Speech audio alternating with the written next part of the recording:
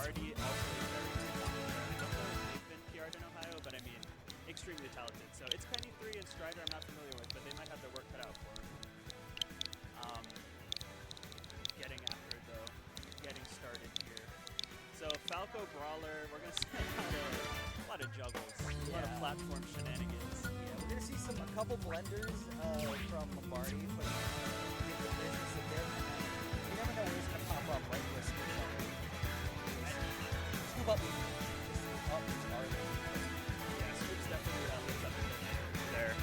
Definitely one to find those kills. I know commentating them in singles, it's just so, like, you always have to be prepared for shenanigans to occur.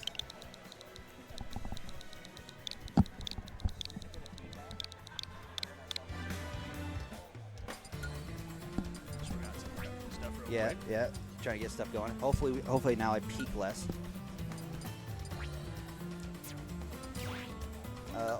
Check out there. Check in with the stream. Do you hear us twice out there? Oh, actually, yeah, and now you're very quiet to me. I'm not echoing anymore. No more echo. No more echo. Testing. Okay, so hopefully now I don't peak as much. Yeah, this is feeling good. I think also now you don't have to be as scared of it. But you can start screaming. Yes. Yeah. All right. Yeah, I think we're sorted here, which is good. You know, we're getting set up. Players are getting set up. Everyone's just excited to get the event started. Yep. But yeah, we'll just have to see. You hear game audio? Game audio. I do not. Yeah. There's not. All right. It is what it is. Okay. A couple fellas like us, we don't need. Yeah, we don't need it. We don't need it. We'll be good. We're better. Just simply. Just simply better. I already saw Leo here. I know, it's crazy. I saw Leo and Big Boss. Leo, Big Boss. I've seen Dark Wizzy roll through. I saw Onin roll through. This is really stacked. One of those names is kind of to be expected, but it's still cool nonetheless. Yeah. Definitely excited. I'm definitely glad to have the Michigan hometown hero. I mean, I'd assume much of Michigan's top talent. Even Michigan's unranked talent, because shout out Nad at Afterburner. An unranked Michigan Mario player upset Wilds at that event. Wow. And Wilds, and both of them are here, so there could be a little off-stream salty sweet going on, but we'll never know. But we're getting right into it here, folks. Welcome to Diamond Dust, because we're getting into it with some doubles. Lombardi Scoops, it's Kenyon Strider.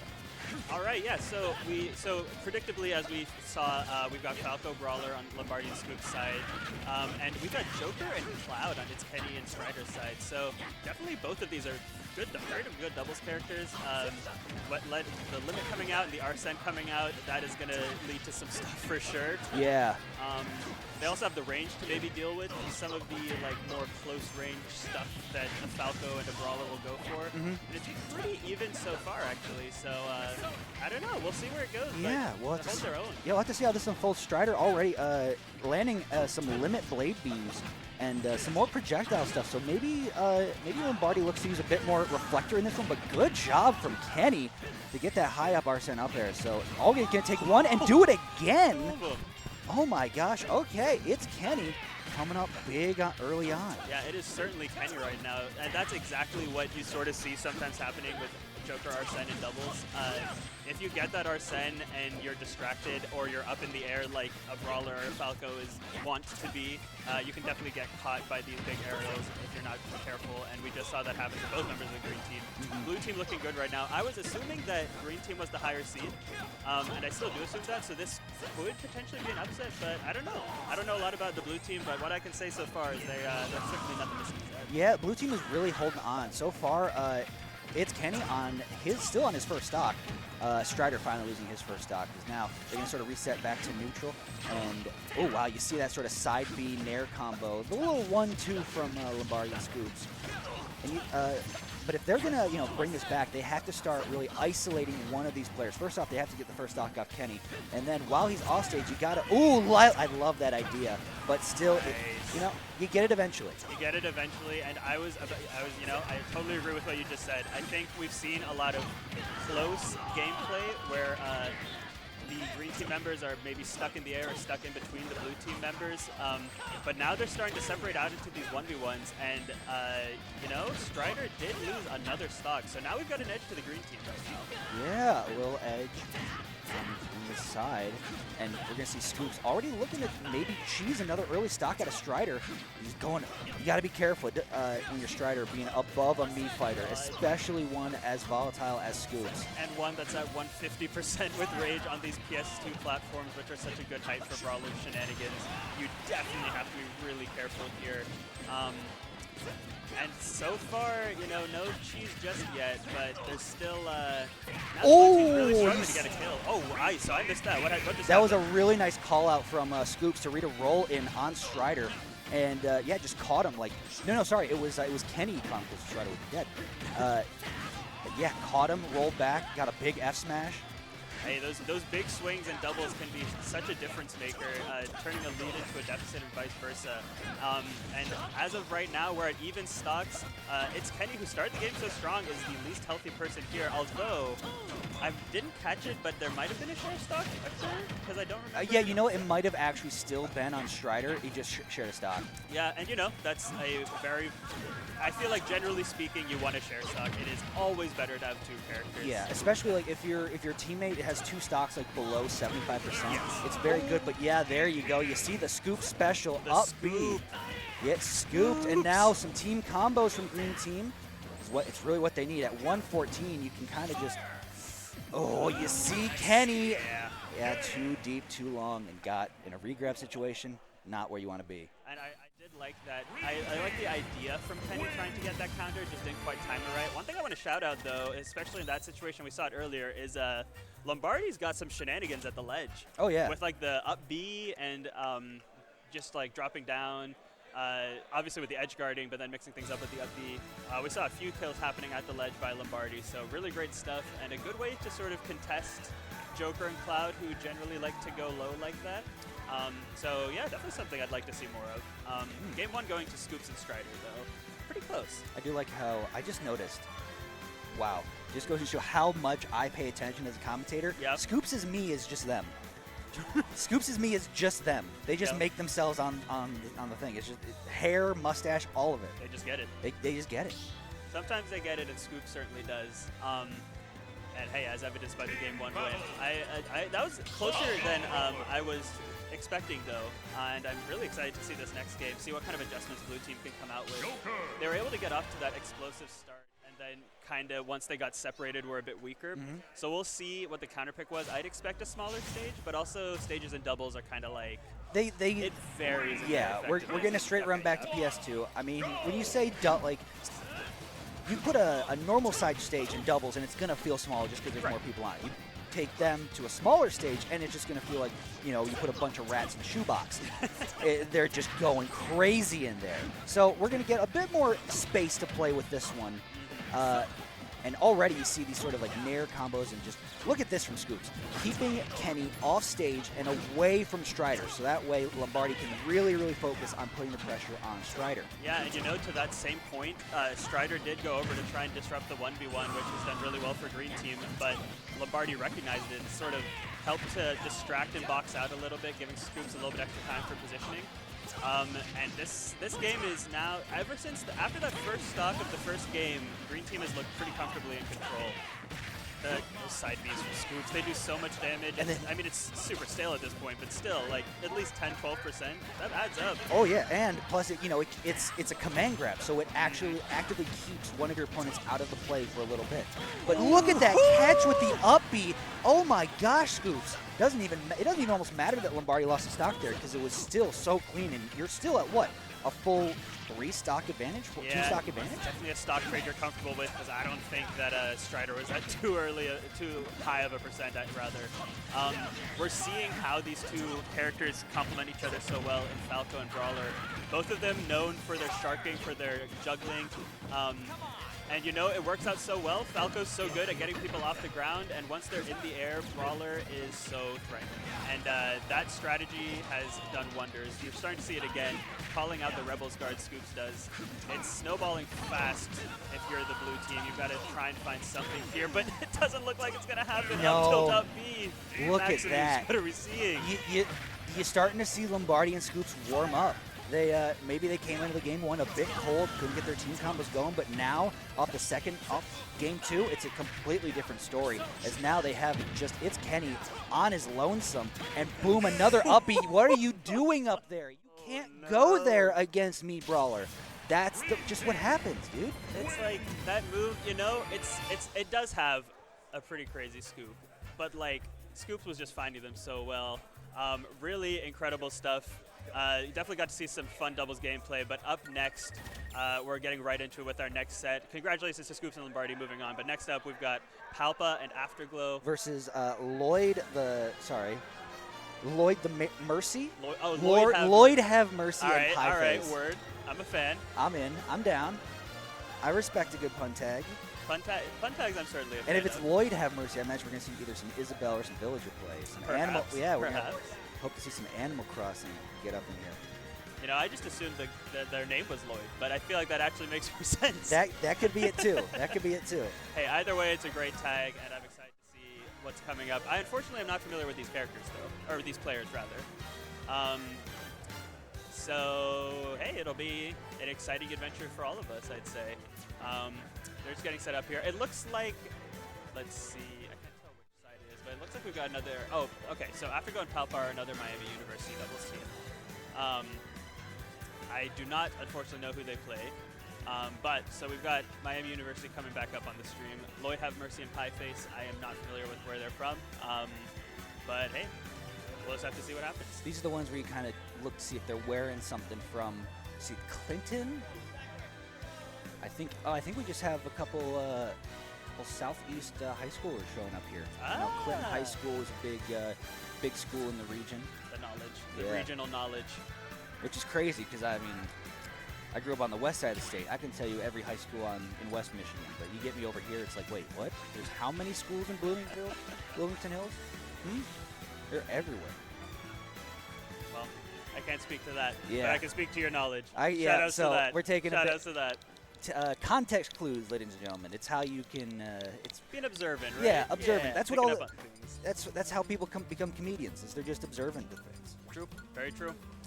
All right, yeah, The best sense we can use are our eyes. I agree. I agree completely. Or your ears if you're blind. Well, fair. Yeah. Use all 5 senses. All 5 senses. We'll just use them all. Yeah. All right, but it looks like they're pretty much ready to get started here. Maybe some more tags being put in. Let me pull up the bracket. I'm assuming this is winners round 1. I hope if you can get service. I can't seem to get a lick. I connected to the guest Wi-Fi because I was also not getting a lick of service. Shout out to this event center, though. Yeah. This is a super cool venue. This is the home. EMU, the Eastern Michigan University college basketball arena. Oh, cool. Okay, so that explains why it's named after George Gervin. Yeah, it's the Cool. college. It's the college basketball arena / sportsplex. The entire venue. The venue for this event is the auxiliary gym. Okay. Little side gym. In the main gym of this event, we have the massive LAN Yes, going that's on. right. I believe I'm trying to remember, is Gamers for Giving. Okay, gotcha. Yes, Gamers for Giving. I Gamers remember for that. Giving. Yes, shout-outs. Major shout-outs. Major shout-outs to Gamers for Giving. Yes. They're the people that are one of the primary sponsors of this event. They donations to them go towards getting children in like Mercy Hospital or children's hospitals little setups with either a switch setup for awesome. their hospital room and stuff when they have to spend all the time in like child chemo that is like it's so rough. Yeah. Give them a little bit of joy. Absolutely. So Gamers for Giving, highly recommend you look them up. Give them your money. They're the people that are wonderful folks that are helping run this event. Incredible cause, incredible stuff, and yeah, they've contributed to an incredible event. So definitely support them. Mm-hmm. And I did check. So this is a winners round 1 match. Afterglow and Palpa are the higher seed, so that is kind of who you would expect in quotation marks to win. But as always, you can never make an assumption, especially with doubles. So, let's see. Still getting some controllers set up, it looks like. Oh, wow. My man playing on a box? What's going on here? There's no more USB? Oh, no. You've ran out of USB. We got production coming up. To Production the rescue, just sprinted behind the stream setup to yeah. That's the kind of volunteers and the event staff that we have at this event. The organizers put in so much love and heart, and if there's a problem, you best believe they're going to fix it shortly. Oh, absolutely. Look at the calculation being run. Oh, look at him. Yeah, so true. True. So true. So true.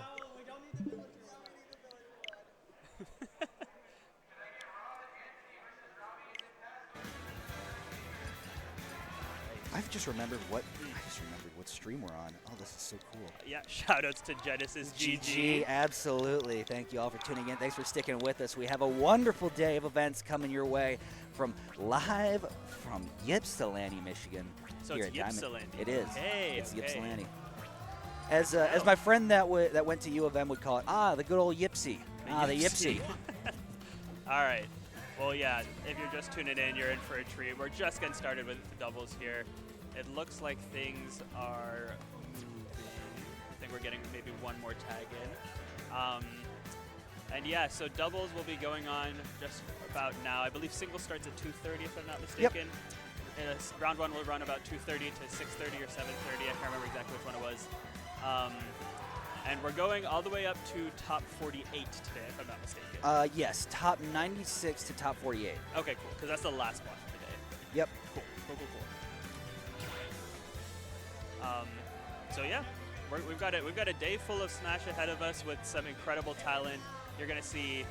I mean, we can start with the obvious Midwest talent: Doorstop, Icon, Onin. Wow, you're not going to start with Onin while we're in Michigan? I know, that was messed up. It's because I was just looking at the bracket and I saw Doorstop and Icon. Yeah. So they came up first, but yeah, we got to shout out Michigan. Yeah, we got it's coming from the legendary state of Michigan. You got Onin. Who else? Unfortunately, yeah, Anthony's a cool. Rob. I don't know if I believe Zeno is here. I would hope. I saw they were registered. I hope so. Yeah. I haven't seen him around, but I'm pretty sure who's the mid-tier I want to give a shout out? Wilf. Wilf is here. The Wilf. Let's go, Wilf. Love it. And here we go. This is a team. Oh, this is game. We've got Villager Little Mac versus Byleth Rob. And if I'm not mistaken, I believe the Villager is Lloyd. No, or wait, is that Palpa? I think it's Palpa, if I'm not mistaken. Okay. All right, so you were right that there was going to be a Villager, but just on the wrong team. Yeah. Afterglow on the no. It looks like Lloyd is on the Byleth. Okay, yeah. So Lloyd's Byleth. Afterglow is probably Mac, and Palpa I think is the Villager. Yep, Villager, and that would make Pie Face the Rob. Well, there we go. All settled. Got it figured out. Look at that Boom. guy. It's like one of those TikTok challenges where you have to guess like what color the bottle is behind the thing. Oh my god. It's like 2 right. I'm like So. Favorite. Oh yeah, we're getting into it here, and already Little Mac has KO punch. Yeah, and already we've seen a stock loss for Rob, and the damage on Byleth is building. Red team doing really well right now. Like, character-wise, matchup-wise, you would think that blue team should be able to run away with things. Wow. Okay, so many questions. One, you see that Little Mac has KO punch. You see he's on top platform. Why do you go there? Why is like, surely he's not going to let it rip. He did, in fact, let it rip. He did. And now you've been Beybladed to the blast zone. Oh gosh, Rob is just getting bullied by these characters, by Little Mac and Villager with their big boxes, their juggles. And Byleth doesn't really have the speed. Did you see that? All right, break it down. Okay. So off stage, as a recovery tool, Afterglow will counter and Palpa will hit him with Slingshot. Caught for counter to give him more horizontal range to recover. So it's crazy that Little Mac could be an even better doubles character if, your doubles partner's there to bail you out in, with counter. Yeah, that's actually crazy. And now that you bring that up, that changes the game here, because if you've got the save, the team saves unlocked, especially with a character like Villager that can pretty much go as deep as they want to a degree in terms of, edge guarding and whatnot. But if you're on top of it, you can really extend Little Mac's life, and we have already seen Little Mac has gotten, Little Mac is at 4 kills, I think. Oh, you get. Oh, what are you doing down there, buddy? Oh, and we were speaking earlier about, usually going for the share stock. Okay, here it comes. There it is. There it is. It did not come initially, but yeah, we do have the share stock come out, and immediately Lloyd is killed by Villager. And now we've got a Rob against one Little Mac and one Villager, both with 2 stocks apiece. It is a mountain to climb, and obviously Rob can do it, but the way these two are playing, their synergy, it is pretty incredible. Yeah, and look at this. You're starting to see that Little Mac up B that we saw. Was it Takatori? Takatori, yes. Used so well to win the event, and there you go. It's going to be the ground up smash from Palpa. Y'all don't? Look on the back of your badges. Does it say in the back of your badges? Look at that. And Ray looks right at me like, let's go, Maximus. I know my stuff. How do you have? I'm entered. Oh, you're entered. Oh, that explains it. Okay. You'll catch me commentating A, B, and D, but if you want to see me play, catch me in C pools. I probably won't get on stream because I will likely lose before then. Oh, but yeah. Hey, I'll be there. I have 4 blocks today, and I might try to get a 5th if Teppen goes live. Teppen. A little bit of Teppen 8. Love that. I've been playing so much Tekken lately. Yep. It's crazy. You gotta pick it up. My friend actually, my non-FGC friend, got it first. He was like, "Hey, you should get Tekken." But I was already probably gonna get it someday. But sure, you just get me. I can get it now. Yeah. He is red ranked, and I am still in yellow ranked. Dang. I don't know how he's playing Leo. I don't know how he does it. How many of these memes do you have? How much of your so camera roll many is unlocked. just Hampter? Hampter. Oh, we got another one though. We got another one. Yeah, we got Palpa. sets to run. Come on, buddy. Palpa's having too much fun. Getting into friend. game 2 though. I am curious to the stage pick. So the Battlefield stage pick definitely benefited Red Team, and I definitely agree with getting rid of that top platform where Little Mac was pulling some stuff. So I recently commentated Peanut for the first time. Oh, that's always fun. Seeing Peanut showed to me that the whole thing about Little Mac and platforms, like Little Mac can use platforms really, really well. It's always that experience as a commentator where you see somebody play a character that you've never seen them do it before. Like I remember the first time I commentated JJ. I was like, wait, Kirby can do all this? And it's just the same kind of thing of like, wait, there are these low tiers that have sauce that only certain people can unlock. Yep. And we're gonna see what kind of sauce Afterglow and Palpa can bring to this game number 2. Yeah, Lil Mac and Villager. That's low tiers that I guess low-key have some sauce, if anything. I mean, it's common, especially in doubles, of characters sort of two lower tier characters masking each other's strength. True. Like, you look at Linus and Hawk, two legendary double team from Michigan. They played Ike and Bowser, two Very super true, heavies. And they are one of the best doubles teams in the world. Yes, one of the best doubles teams in the world. And I mean, speaking of good doubles teams, Afterglow and Palpa are running away with this. We've seen Lloyd kind of get exploited at the ledge by Villager because that bowling ball is such a good counter for tether recoveries. Oh my gosh, it's crazy. Like, there's really not a lot of counterplay if you don't have your opponent to come help, or your teammate rather, to come help you out. Yeah, Villager's like, can you hold this for a second? And like, no, I don't want to. It's too heavy. It's just Patrick with Doodle Bob over and over again, and we are down pretty quickly. In the middle of that, though, Lloyd did take a stock, so it's not a total shutout from for Lloyd Have Mercy and Pieface. Afterglow and Palpa did lose one, but oh my gosh, the ladder. Sorry, are we laddering with Village? No shot. That's insane. Oh, that was crazy. That was awesome. That was such a fun team to watch. Oh, wait a second. All right, shout outs to that team. That was awesome. I that love was the synergy. sick. That's Maximus, a crazy team character collection. Yeah. But up next, we were just talking about him, and we get him now. It's MkLeo and Big Boss versus Drax and Hunter. Is that correct? All right. Yeah. So, okay, Leo and Big Boss, I don't know that they need much of an introduction, but we'll give them one anyway. The overall 1 seed at this doubles event, if I'm not mistaken, a SHADIC doubles team. They've won majors before. Rob and Aegis is what we'll most likely see. And we're going to see some good doubles gameplay, I'm sure. Drax and Hunter, I'm unfortunately not familiar with, though. Yeah, I believe so. I'm trying to remember. Oh, okay, I know this thing. Okay, this is a team out of Kalamazoo, Michigan. Okay. Hunter is a, I want to say, hey Hunter, who are you going today? Okay. Oh, could just look at his shirt. Look Yeah. at that. So when I just last weekend I had to play Hunter in at Revel 1,000 Days out of Kalamazoo. He went Rob for a majority of the tournament, and then he had to play me, a Game & Watch main, and he picked Steve. Ah. And I took one game, so that's where I was a bit. I'd say, hey, you know, I got 33rd at that event somehow, some way. We take Absolutely. But enough about me and my lackluster play, because we have some top tier play on stream right now. Hunter and Drax versus, MkLeo and Big Boss. The MK duo. I can now add this to my resume. Yeah, there you go. I've never commentated Leo or Big Boss before. Same. So it's gonna be fun. I am super excited for this. So we're gonna see 2 Robs on the screen. It's always interesting with 2 Robs in doubles. If you get like a 1v1 with both Robs, I will say Big Boss is really good at the Rob Ditto from what I've seen. So we could definitely see some stuff come out that Hunter may or may not be ready for. But also, you know, a team like Leo and Big Boss is going to have the 1v1s, but they're also going to always be looking to the other to capitalize on a combo, and these 2 in particular do that so well.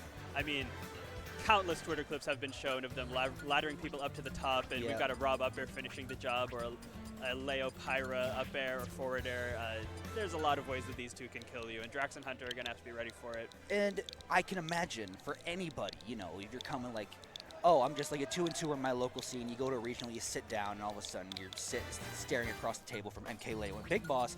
It's gonna be like your hands are gonna be like, oh, when my hands get sweaty, why are my hands kind of shaking? And you haven't even selected a character yet. You haven't even finished putting your name in the setup. So it's a matter of like, hey, tuning all that stuff out around you and play the game. You know you're gonna get high level competition. You just got to be able to match it. And you're so right. That is the exact kind of mindset you have to have against these top players. You know. At the end of the day, as good as they are and as well known as they are, you've got to believe that you can beat them or else you never will. And hopefully Hunter and Drax are coming in ready with the confidence to make this a bit of a set here. This, I'm guessing, will be a winners round 2 set. I would think so, yes. If Take they're unless it was a perfect, Yeah, winners round 2. So Drax and Hunter did win out their first set. Leo and Big Boss with a bye. And yeah, so winners round 2. We'll see what we'll get into here. Best of 3 again. I believe it's best of 3 most of the way until maybe top 4. I would think top yes. 3, top 4. Until top 4. Don't quote me on it. Yeah, don't yell at us on Twitter if we're wrong. But they're going to anyway. Don't worry. Don't trust. Yeah, absolutely. Or not. Maybe we won't make any mistakes. Oh yeah, maybe we will just bat 1,000 on the microphone, and then everybody will be like, wait, who are these people? And then it's just like it's like the Nurse effect from Battle of BC Battle League. Nurse, love Nurse. you. Nurse, you're the best. Because so talented. incredibly talented. And okay, looks like we're sitting down. Shoutouts Nurse and shoutouts to Leo Roy. No, are we? Or oh no, I think we are. They just have to swap. So. Fair enough. Player 1, player 2 diff. Okay, yeah, Leo Roy. I did see Leo tweet out a picture of him playing Roy online. So, all right. I mean, I have wanted to see what a Leo Roy would look like for a while, and I'm excited to get a little glimpse of it here. My favorite was Lavish quote tweeted that with, "Imagine if he played the other one." Okay, you know, it's funny you say that. In 2019 SmashCon, I distinctly remember I sat down and money matched Leo because he was doing money matches on day 3 or something, and he was playing Crom that day. Oh, so Leo Crom was saucy. So it exists. It does exist. It's just deep in the pocket. It's very deep in the sortie pocket. I'm pretty sure Leo could pick up any sortie and it's like do something. It's in the Fort Knox vault of pockets. So yes. We're getting into this there. MkLeo, Big Boss, Drax, and Hunter. We got a bit of Pac-Man with the Rob. Yeah. Oh, and you see Hunter with the Hunter's tag. GSP is greater than Lumi. Oh rank. my gosh! And I mean, so shoutouts to Yellow Team, but Pink Team has shown that they already have the setups on lock. This is a happy birthday. This is literally, if you're looking at from Marvel terms or like, this is a happy birthday. Both team members are getting comboed at the same time. That is brutal. It shows that, like, you know, I was going to make a point, like, I'm used to seeing Big Boss and Leo do Aegis and Rob, and I was wondering if there would be any sort of difficulty transitioning over, but I don't know why I even considered it, because this is looking as clean as ever. Stocks are flying. They're just down Yellow Team's throats at the moment, just unable to, like, let them breathe. Taking stock after stock. Okay, and Leo does make it back. It looked like Hunter was maybe going to be able to get an edge guard there, but no dice. and Leo has already gotten 3 stocks. Big Boss has not taken a stock yet, but has done so well sort of providing a buffer between Leo and some of these other characters, as well as building up the damage that Leo's capitalized on. If you're Drax and Hunter, you get one. You got to get one. You gotta start with one. You don't want it to be a clean sweep. You don't want to be shut out here. Yeah, and you know, it's like, and there you go. You get your one. You get your one. You got one on Leo. And you know, we've seen things snowball fast in doubles, just generally speaking. So the one could lead to big things, but Leo and Big Boss flawlessly cleaning up 2 stocks separately, and now we've got the 1v1. Pac-Man obviously is good when they have time to set up, but I don't know how much time you're not getting any time here with a dunk by Leo to finish it, and game number 1 was to Leo and Big Boss. That was a statement. That was a statement that it was dominant. It was dominant is what it was. I'm curious. Maybe we're going to see the Leo Roy in singles. I don't know. I mean, potentially early on, you never know. But I think going forward with Drax and Hunter specifically in this one, they're like, well, it's you gotta be thinking like, do Leo and Big Boss play like they got places to be? Yeah, exactly. Everybody, hey, they really are. Hey, they're like, let's wrap this up. I want to go chill a little bit. I want to have a break before my next set. You're exactly right. They're playing with some urgency right now, and yellow team is going to have to pick up the pace. It's tough because I feel like the red team, you know, Leo, Big Boss, they immediately smothered them, and they're doing it again. And these 2 characters, again, I'm not familiar with these 2 players individually or as a team, but these 2 characters, I'd imagine, would want to set up some space in these 1v1s like they finally have going. Yeah, you didn't see much of Hydrant out of Drax that last game, just because he didn't have the time or the space to really put it down or set it up. So finally, we're starting to see a little bit more space from the yellow team. But once again, when you have 2 players of Leo and Big Boss's caliber, like they are able to play at a speed that maybe your local 2 and 2 are just is incapable of matching. So that's sort of like a case where they don't even have to use their full power; they just have to like play at a pace that the opponents can't really keep up with. And right now, we're seeing a bit more of that. Yeah, you're exactly right. The pace is making such a difference, and that pace is allowing the positioning of the red team to be so good. That has been such a sort of hallmark of this first game and a half or so. I just feel like every time there is an opportunity for a follow-up or a kill, one of the red team members is yeah. They are always in the position. We saw it in this first stock of this game. Like, Pac-Man went high, Leo just ran in with a back air and got an early kill on the Pac-Man. But there you go, Hunter, taking a stock off Leo, but then eating a back air right for your troubles. Much more even this game, though. We've got almost even stocks. Big Boss obviously at 120. Oh my Leo gosh, this Leo Hunter. combo? My goodness, great. So how familiar are you with baseball? We're going to get, because it's a familiar thing, and this is kind of what Yellow Team's suffering through, is when you try to play at a pace that you are not capable of really comfortable playing, or like you're trying to rush, you're more common to make mistakes. So we're seeing things like not like misspacing on like Hydrant, all these things like this time spot dodges from the Yellow Team, and it's just because they're trying to match Leo and Big Boss, but it's forcing them to rush, and then boom, it's another back air and another stock gone from Hunter. And another down throw F smash from the red team. This is just what sets them apart. If there's an opportunity for a kill, there's a kill. You rarely see them mess these things up, especially at an early stage of bracket like this. Yellow team, like to their credit, they are playing this well. It's just they're getting the damage, and whenever they're able to get their footing and set up, they're able to get things started, as we saw at the beginning of this game. Yeah, they're taking more stocks in game 2 than they did in game 1. It's just an issue of red team they've just got that extra gear. It's like you said, yellow team is trying to play the red team's pace as opposed to, I mean, they haven't really had a chance to set their red own. team is a Mustang Hellcat, and there we go. Yeah. So, yeah, no, sorry. Red team is a Ford Hellcat, and yellow team's just like a Toyota Camry. Like, the 4-banger can get up to speed, but it's not going to purr like that Hellcat will. That's a great analogy, and we're seeing it in full swing here. We could definitely see, I'd like to see yellow team maybe take another couple stocks just to get things going, and they certainly can. Both red team members at very high percent.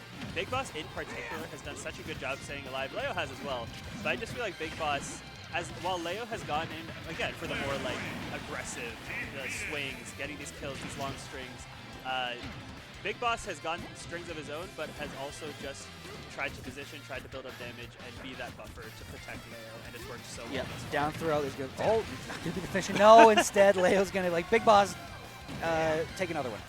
Yeah, Leo wanted to make things a little closer. If he's a real one, he takes his own stock here, too. Yeah, homie stock, Leo. Oh, that's going to be Drop down back air. I'm pretty sure Drax lost every single stock that game to a Leo back air on the left side of the screen. Oh my gosh, I think so too. It was every single time. And we go from 2 top-tier players to two more top-tier players. Yeah, wow. We got SHADIC and Dark Wizzy coming on next versus Conflict and Fabian. Okay. Oh, wow, okay. Conflict and I want to say Conflict and Fabian are Northern Michigan players. Where is Bry? Bry's here. Bry would yell at me if I get this wrong, but I believe Fabian and Conflict are North Michigan players, so they had an extra long drive to get here today. Okay, this is a pool semis match. Ooh, all right. Oh, they're Southeast Michigan. Never mind. It's not semi. I read it wrong. Fabian Conflict are Southeast Michigan. All right, Southeast. Very good. So we got another. I like that we've sort of seen like the local like Michigan. These past couple steps, we've got like local Michigan talent versus like the top out of region players. I love to see. It's always nice at these big like, you know. I mean, this is on the brink of being a major. So can we call it a major? We have enough. I'll call it a major. Yeah, I'm calling it a major. We'll I've been calling it a major because it's true. You have, we're what, 400? We're literally 1 player short of this being a major. We're, I think, a top 5 player short, top 10 player short. And really, it's because Michigan has a terrible like. You got to give us 1.5 times on the boost here with the Gloomy points. It's like Ray bent over backward. We got Cosmos. We got Aiken. We have all every top player of the Midwest is here, and yet and then some more top 10 players of the world are here. True. And at best we could get a B+. It's tough. This isn't if this event's in Atlanta. This is an A+ minimum.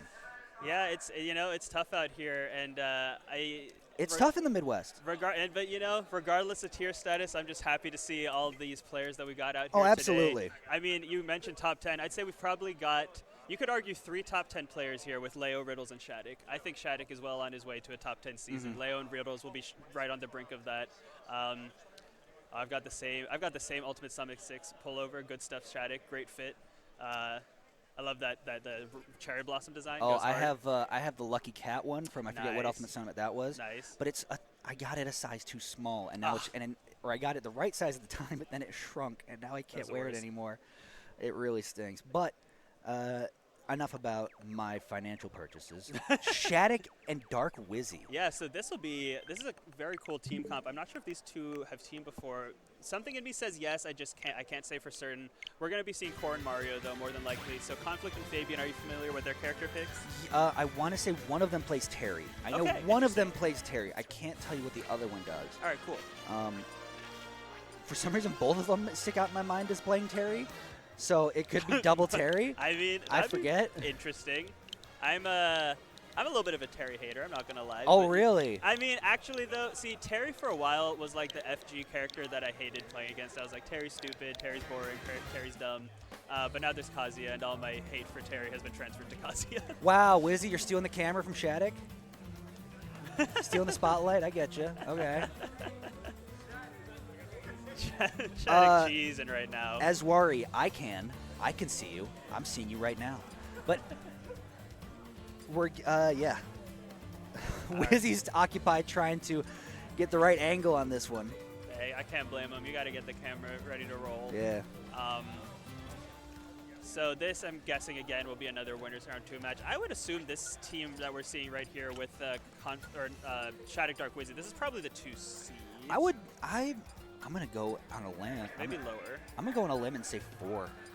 Let's see here. They are the 2 seed. Oh, so you were close. So top 4 is Leo Big Boss, SHADIC Wizzy, Onin Riddles, and then Hawk Linus. Okay. Oh, and Conflict is a Young Link player. Young Link. Okay, so we get, I believe, Terry Young Link. Okay, so I actually don't know that I've seen a lot of Young Link in doubles. I've seen plenty of Young Link in singles, but doubles I'd imagine would actually be really annoying to deal with because you can just throw projectiles. You can have sort of a sphere of projectiles around you at all times going in every direction. It is, yes, but in that it's a double-edged sword. Of your teammate has to be able to dodge them just as much. Excellent point. I know we see some players that, especially in Michigan, play a character that isn't very good in doubles, and they will switch. Their go-to switch for doubles is, for some reason, is Incineroar. I know Suspect does that. Interesting. I mean, well, Incineroar is a crazy good doubles It character. is, yeah. That's a big cat. That Oh. is like, yeah. But it almost seems like Incineroar would be a great counterpoint or a great doubles duo with a Young Link because of all those projectiles. Very true. That's a So, very good point. We're going to see going in whether they stick with the Young Link Terry or if we get anything different. But SHADIC and Dark Wizzy still going to, I imagine, the Corrin Mario. Yeah. Makes the most sense, I'd say. That's another team comp that I could see sort of in the same vein as, a similar vein to Brawler Falco in that they're going to be able to juggle people, get people in the air very easily, and both have these moves that can kill in the air. Obviously, Corrin up air, Oh my gosh. very strong. Mario's got up B, Mario's got down air. Think about shield pressure these two give off. Like think about Corrin forward smash with the chainsaw, and we all know how easy it is to accidentally get locked down in that with like what do I do shaky hands moment. Yep. And then you add like Dark Wizzy being able to just run up F smash you out of it too, and it's like well, I was just kind of stuck there. Yeah, that's You just kind of got to eat those. that's gonna be tough, and you know. This actually should be a more interesting comp. Fabian going Snake? Ooh, okay. So we're going projectiles versus juggles. Why not? Yeah. I was gonna say explosions versus juggles. swings, hands. I don't know. Swords. I guess we've kind of got a sword. If Corrin's that would be called a sword. No, it's definitely a sword. Even though it's. And she's a dragon. Yeah. Whatever it is, she's got range. We're just One gonna team cut has her explosions, advantage. and wait, hold on. Did off rip Conflict Fabian immediately jump back and put a C4 on Fabian? Okay, all right. So we do have some things that have been practiced here. I also got to shout out Green Team's tag. We got Dirty Dan and Pinhead Larry in the flesh, in the cut right now. Oh, that's who I'm calling Dirty Dan. Oh, I'm Dirty Dan. Oh, I'm Dirty Dan. All right, speaking of Dirty Dan, though, getting juggled hard right now. It's very even percent-wise. Snake obviously at the highest percent, but also the heaviest character on the screen. Oh my God. Wizzy with the lean back F smash is going to connect and take Conflict's first. Sorry, Fabian's first stop. Yeah, you know, I'm talking about Snake being heavy, but sweet spot Mario F smash, weight doesn't matter too much for that. That is a strong move.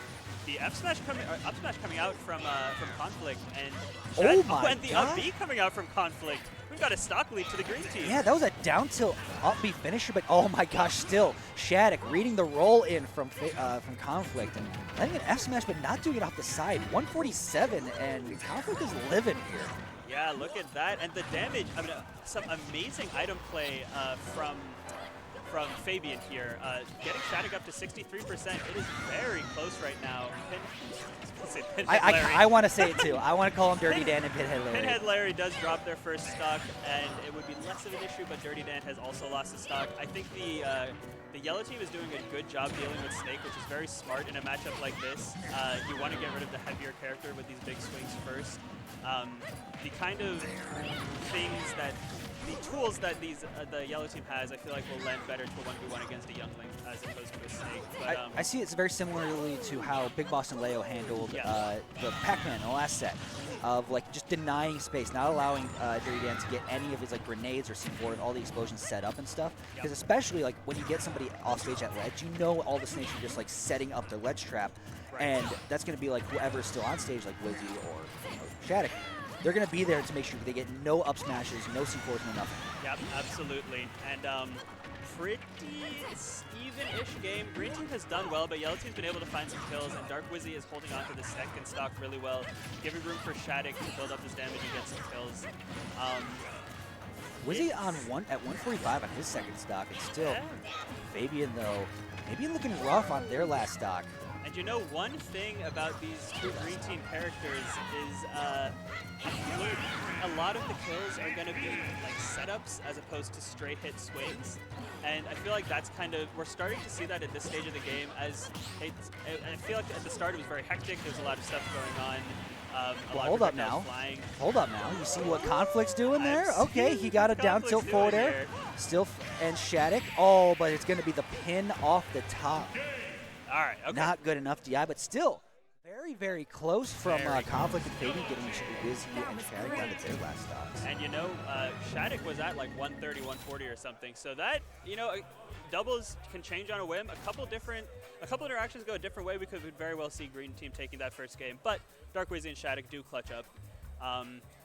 And yeah, I do think it's like you said, the yellow team sort of got a better handle on how to handle these two projectile characters, work around some of the boxing tools. We saw Snake getting some, I guess Snake would be the one that has some of the big straight hit hitboxes, like the big lingering back air, up tilt, etc. And they really made sure to not let Fabian get much start. Yeah. But yeah, a close game one. I definitely agree with not switching characters. I think we're getting a straight. I think we're getting a straight run back for stage as well. Okay. Also, I don't know if SHADIC and Wizzy know that the stage list is also on the back of their badges. Ah. They just don't know. Skill diff. Knowledge check. Really. Truly a knowledge check.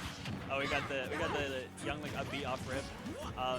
We're getting a similar thing. We saw. That's a pretty good opening from the green team there. Yeah, knowing that SHADIC is going to be aggressive and then just boom, upbeat into C4. Yeah, I like that the way that Fabian has been getting the C4s on the plats. I think that that's a really good spot to put C4 in doubles, especially on a stage like this. I mean, just like that. Like. Oh, what a catch! What a catch! All the way up in the air. SHADIC with the upbeat in the very last hitbox. Wow, that was an incredible pickup. I was just talking up the platform explosive positioning for Fabian, but it actually comes back to haunt green team as SHADIC getting popped up was put him in prime position to get a nice early kill on the Younglings. Oh, and Fabian's gonna die off a reflected Nikita. Wow. Wizzy landing with cape and it just right in Fabian's face. Oh my gosh, and there's a pin coming out.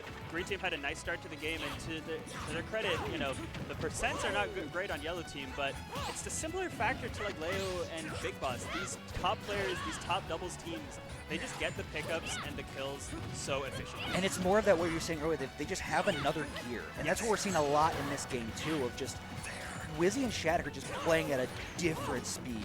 Like Conflict and Fabian are trying to get stuff started up, and they're getting their 1-2s, but at the end of the day, it's Wizzy and SHADIC that are finding finishes. Yeah, and you know, Fabian finally gets an up tilt kill on SHADIC at like 150 or something, gets the down air on Dark Wizzy as well.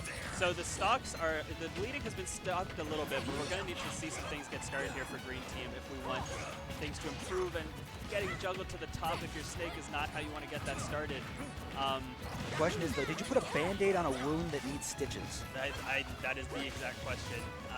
So Snake recovering high again, but I mean, SHADIC is just there. The juggling tools that Onin has and the skill that SHADIC has, especially with Dark Wizzy distracting Conflict on the other side of the screen, it was a rough position to be in if you're Dirty Dan. Now Pinhead Larry, 152. Gotta just hold that shield. Now look at the shield pressure on Dark Wizzy, immediately turning around. Wizzy's shield is getting a bit small here. Oh, and you see already run up down smash. Oh, Conflict still just holding on. How are they gonna get back from ledge? Yeah, and we saw an unfortunate miscommunication there, or it might have been a flub team combo where Younglink was popping Dark Wizzy up in the air, and Fabian came in to try and get a backer on the opponent, but accidentally hit his teammate, and just like that, the game is over. Yep. Very clean stuff from yellow team. Green team showed some major flashes there. I think that they had the right ideas for some of it, but yeah, that extra gear, those pickups, that SHADIC combo that you shouted out was a great example of the pickups that we've been talking about. Finding those kills off of positioning is so key, and it's something that these top teams do so well. Wow, they're just giving us, wow, this one's gonna be nuts. Okay, this one coming up is gonna be crazy. We have Neo and Cosmos. We get more Corrin versus Mr. Monday and Zephyr. All right, speak to me about them. Mr. Monday and Zephyr are two Southeast Michigan players. Okay. And one of them plays Fox, the other plays Donkey Kong. Let's go! So Zephyr is, I want to say, 26 Rising pickup, 26 Rising Zephyr. All right. And Mr. Monday is, I want to say, Oakland. That's the way you looked at me was like, really? You live in this state? You're going to say he's from Oakland? Yeah, we believe both are 26 Rising. Okay, cool. Very so cool. Mr. Monday, very, very clean Fox, one of the best Foxes in the state. All right. And already he was busy playing friendlies, so he has to get called to the stage. Wasn't ready. Wow, the grind way to go. is so real. Let's see if it pays off. Hey, Monday. Hey, Monday. Where's Zephyr? Okay. So we get a bit of, like I said, this is going to be nuts. You got yeah, I'm very excited for this. Cosmos on one side, so I don't know who Cosmos has been playing recently. Is it Cosmos has still been Aegis. Still been Aegis? Okay. I thought there was a moment where I thought he went back to Inkling. I think he had mentioned the Inkling, but I don't know that it's been a major bracket threat. You think it's double Corrin?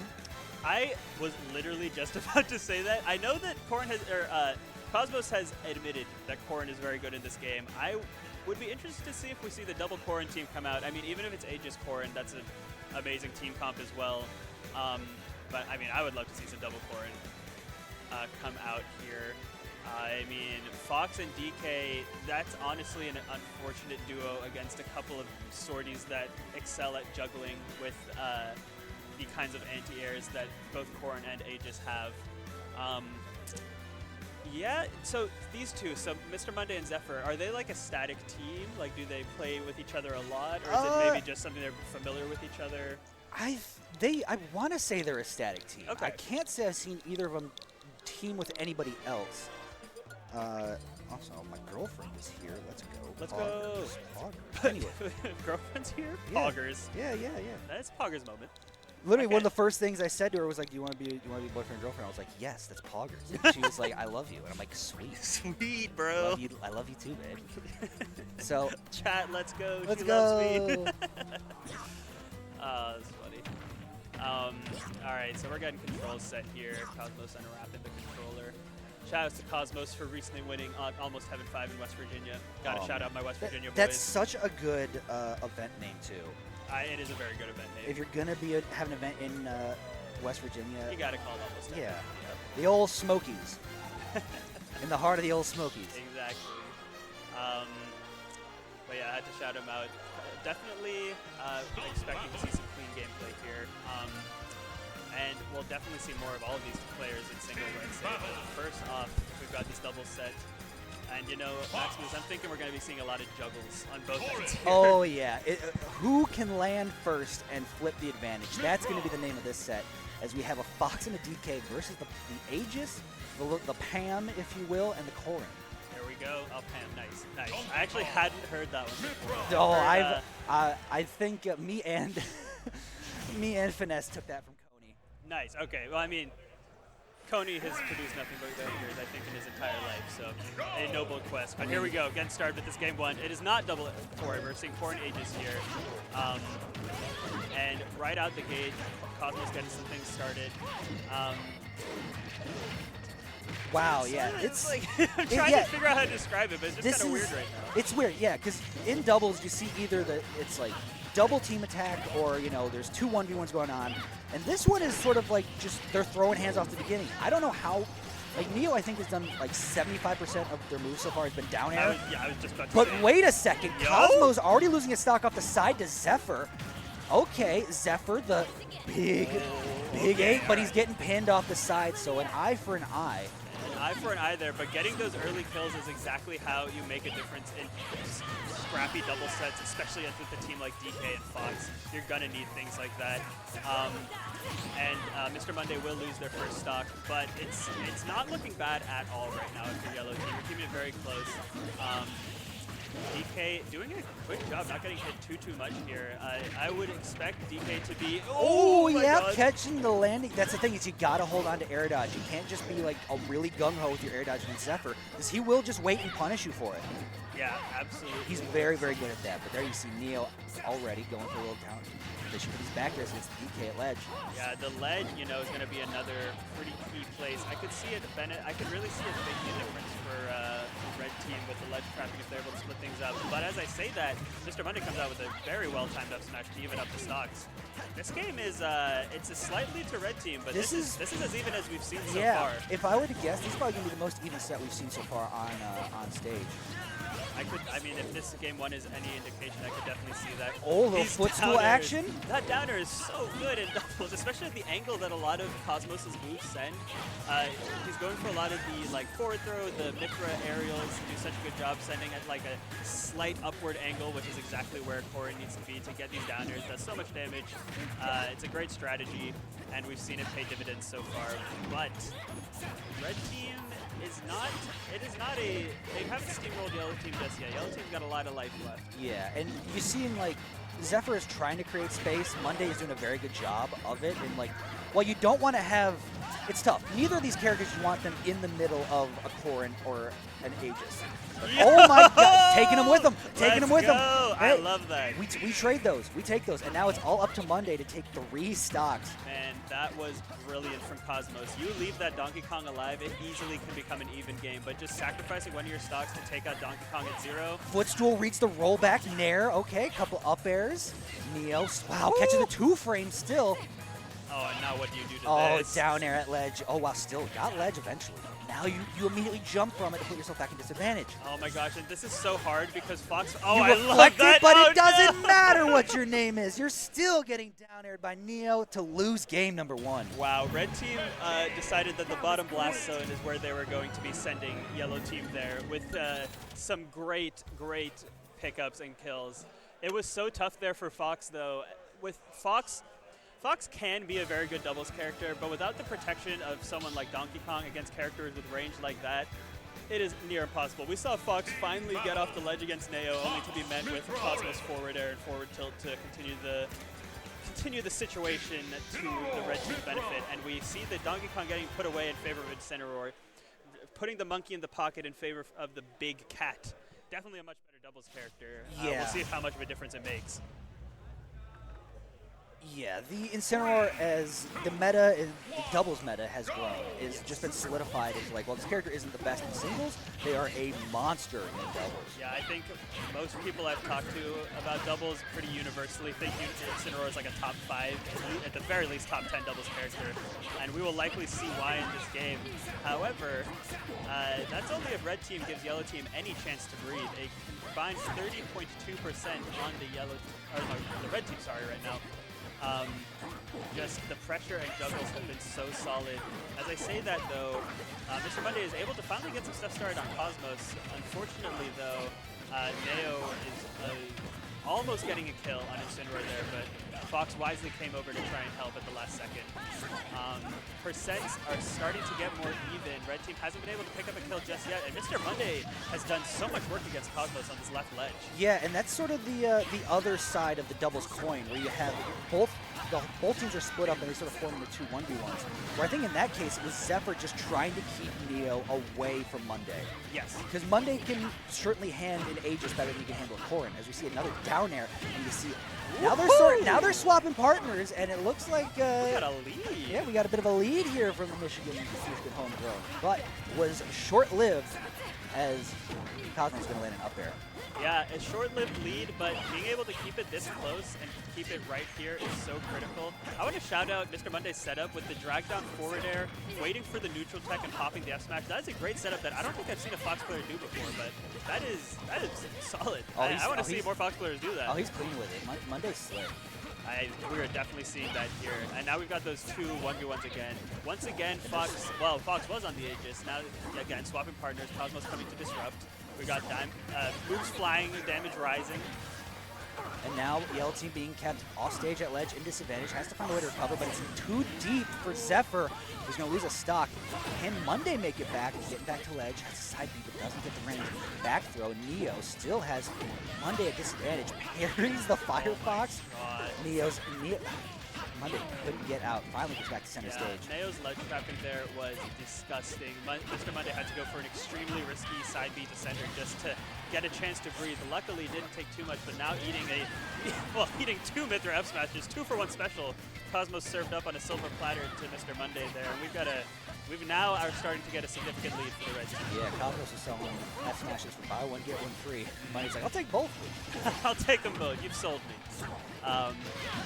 And you know, getting up smashing his own teammate, not what you're looking for. Oh, that back here was unfortunate. But hey, okay, so both teams lose a stock there, I believe. Yeah, they do, but unfortunately that trade is going to way farther benefit the red team. And we see, you know, I got to shout out Mr. Monday for having some cool setups. We saw 2 times reflecting the Mithra, what's that called? Oh my gosh, I can't think of what it's called. The beams. What are they called? I can't think of it. What? The Mithra up B, that's the scattered one. Up B, it doesn't matter. We just, the shotgun. The shotgun. Call it what the you want. shotgun. Call it what you want. Shotgun. It worked out well. Their flex were cool.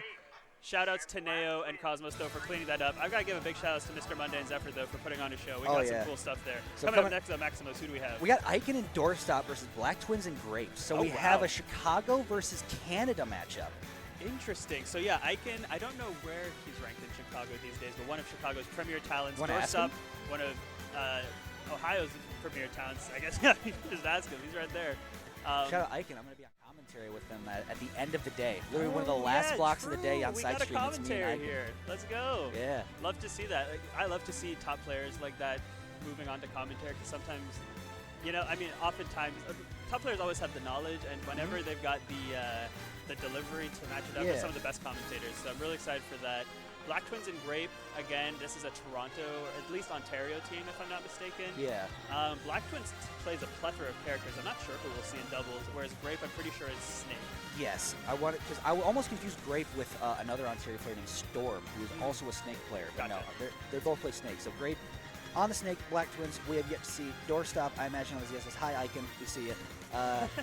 And then Icon, I imagine, will be on the Ryu. I agree. I think Doorstop goes... ZSS or PT? I think probably Zero Suit. I feel like most of the times I've seen Doorstop play doubles, of the times I've seen Doorstop play doubles, I've not seen the PT come out. I think he mostly saves that for tricky matchups during singles. And I think Zero Suit and Ryu could be a really interesting team composition. And also, I'm actually not certain which of these teams is seeded higher. This matchup is probably decently far along. Oh no, this is just a winners round 2 match. Looks like between maybe the 7 and 10 seed. Yeah, 7 and 10 matchup. Doorstop and Icon are the 7 seed. Grape and Black Twins the 10 seed. So it would be a slight upset if Team Canada wins this, but not too much of one. I think that maybe this has potential to be our first Game 3 set of the day. Yes. I think these two are evenly matched enough. I actually don't know if Doorstop and Icon have teamed before. I'm assuming. I'm pretty sure I've They're chatting. They're chatting and having fun like they have. Yeah, they're fair chatting. enough. They're chatting it up. I think. Yeah, we're getting PS2 start. Names getting put in. Oh man, I'm excited for this. I wonder if I'll be on singles and get to tell my Riddles anecdote. I have a crazy anecdote about Riddles from the COVID. When everybody was playing online brackets. Okay, fair. I don't know if I want to. You can save it for your singles block, and then you can tell me later. It involves Riddles and who was the Greninja player from Ontario? Oh, JW. JW, yeah. It involves Riddles and JW and some. Yeah, you'll probably hear it. All right, well, I'm excited. It's crazy. They ruined a Wi-Fi event. That's two of awesome. them. Shoutouts. Shoutouts, Riddles, and shout out, yeah. Rocking the Reina. For sure. Oh, I actually don't think we are going to PS2. I think we are getting some bands come out. I like to see it. Yeah. I always like to see different stages come out. I wish that Ultimate players mixed up their stage picks more. But we'll see. We're probably going to end up on PS2 anyway. If I'm trying to guess who Black Twins is playing, because I know Black Twins obviously has Pichu, Black Twins has Roy, Black Twins has Aegis, and I think there's another character that I can't remember. But for doubles, I'd imagine we're going to see Aegis with Snake. I think that makes the most sense. Aegis being a definitely good doubles character, especially when you can switch into Pyra and maybe abuse some big hitboxes, big slow moves in a setting where it's easier to land them, you know? Yeah, I get you. Ryu in doubles is really interesting. Obviously, the movement with focus and stuff can be messed up because there's so many more chances for a multi-hit to knock you out of it. I know Icon's movement is really good. I personally love watching Ryu. Shoutouts to Umrid if you're watching, Pittsburgh Rio main. I think that that character is probably the coolest of the fighting game characters, Yeah. in my opinion. People say Ryu is the most defensive-oriented of Yeah. the characters, just because, you know, you see Terry and Kazuya and Ken even just like. It's just because Ken Ryu masters. can't. It's just because Ryu can't like consistently 0 to death. Mm-hmm. Meanwhile, people like, you know, Ken can with his Shoryu, and obviously Terry and Kazuya. But just because Ryu doesn't have the offensive power doesn't mean he's not an incredibly solid character because of that defensive capabilities. And you know, that's Shakanetsu, that the heavy fireball is so effective. It's such a good projectile. You can mix up the speeds. You can I think you mix up the distance as well, if I'm not mistaken. And I've seen, between watching Ashimo, Aiken, and Umrit, I've seen some crazy combo extensions, some string extensions with those moves. And a character like ZSS is going to complement that so well. Ryu sort of ruling the ground, ZSS ruling the air. We've got a fun set coming up, and so yeah, we're seeing the Ryu and Zero Suit as expected. I saw Black Twins hovering over Roy, so maybe that's what we're going to see. But you know, you never really know. You never know until it's locked in, but we do see the Roy come out. Okay. I mean, hey, we saw the Leo Roy do some crazy. Oh, double Roy! Double Roy. Okay. Never mind. On the Snake, we've got a fast-paced matchup here. And it is the ZSS over the PT. So here we go. Starting off on Battlefield, straight Black Twins, doorstop Aiken, and already Aiken just doesn't matter. Oh no! Oh no! An early stock loss. I want now we have to just guess. I don't. Is that? I want to say that's Black Twins. I was just about to say I do not know which is which, who has which tag, but one of the Roys is dead, but so is Zero Suit after a nice down air coming out from the Golden Roy here. They needed to have a quick answer, and they certainly found it with that one. They certainly found one, yeah, look at that. So now we've got an even game. This is starting pretty predictably in the sense of how fast-paced with all the firepower we see on screen right now. I actually do like the Roy pick here. I think, so Roy can really mess with Zero Suit, can really get in her range and smother her. I know less about the Roy matchup. Is that a taunt in there too? That was sick. Oh no, Doorstop sacrificed himself though. Oh, but was it worth it though?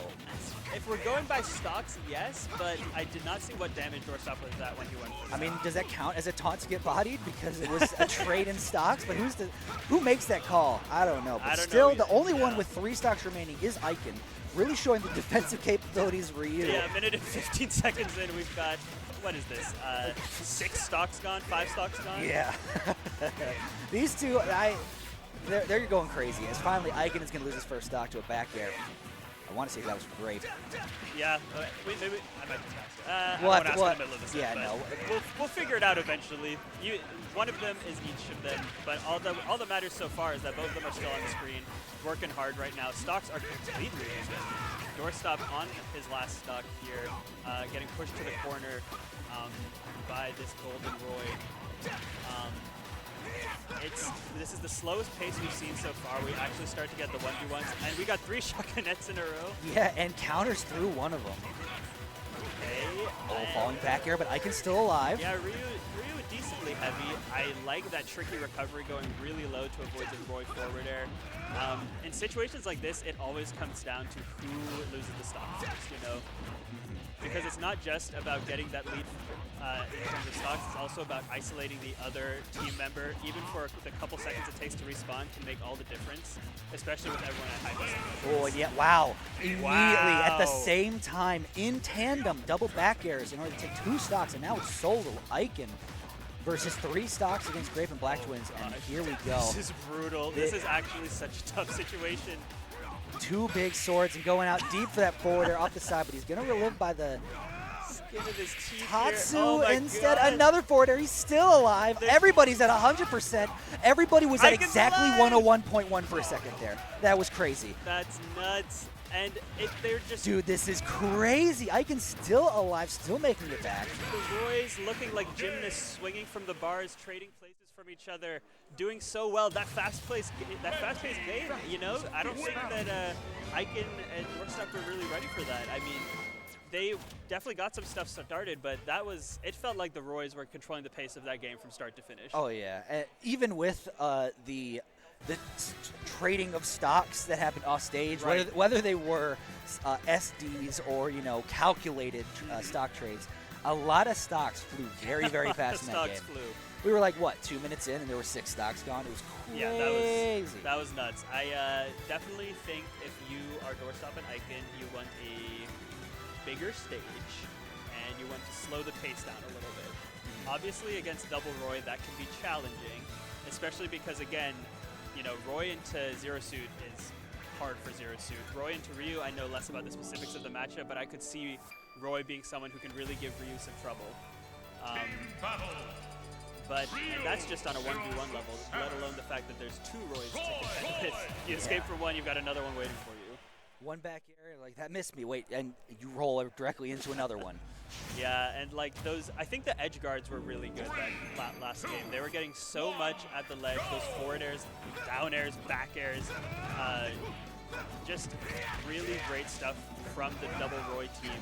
And we're actually going to small battlefield here, so not to a bigger stage. Yeah, so even smaller, a bit more condensed for the 2 sorties and the ZSS, everybody with the disjoints, minus the Ryu. Yes. And we did actually briefly see there a different setup where Doorstop was kind of hanging in the background, finally getting some space to operate under, while Icon used Ryu's boxing tools to keep the Roys at bay. It was a good start to the match, and we've got very even percents so far, but this is a game of stocks, and we see the first one being taken by the yellow, or the red team rather. Yeah, and Icon is getting some of these like combo starters like that end with the Shoryu, but still doesn't have like the enhanced Shoryu like Ken has to really take out the top. But there you go, a little jab one cancel. Because he has those weird cancel situations. Yeah, definitely has the move cancels there.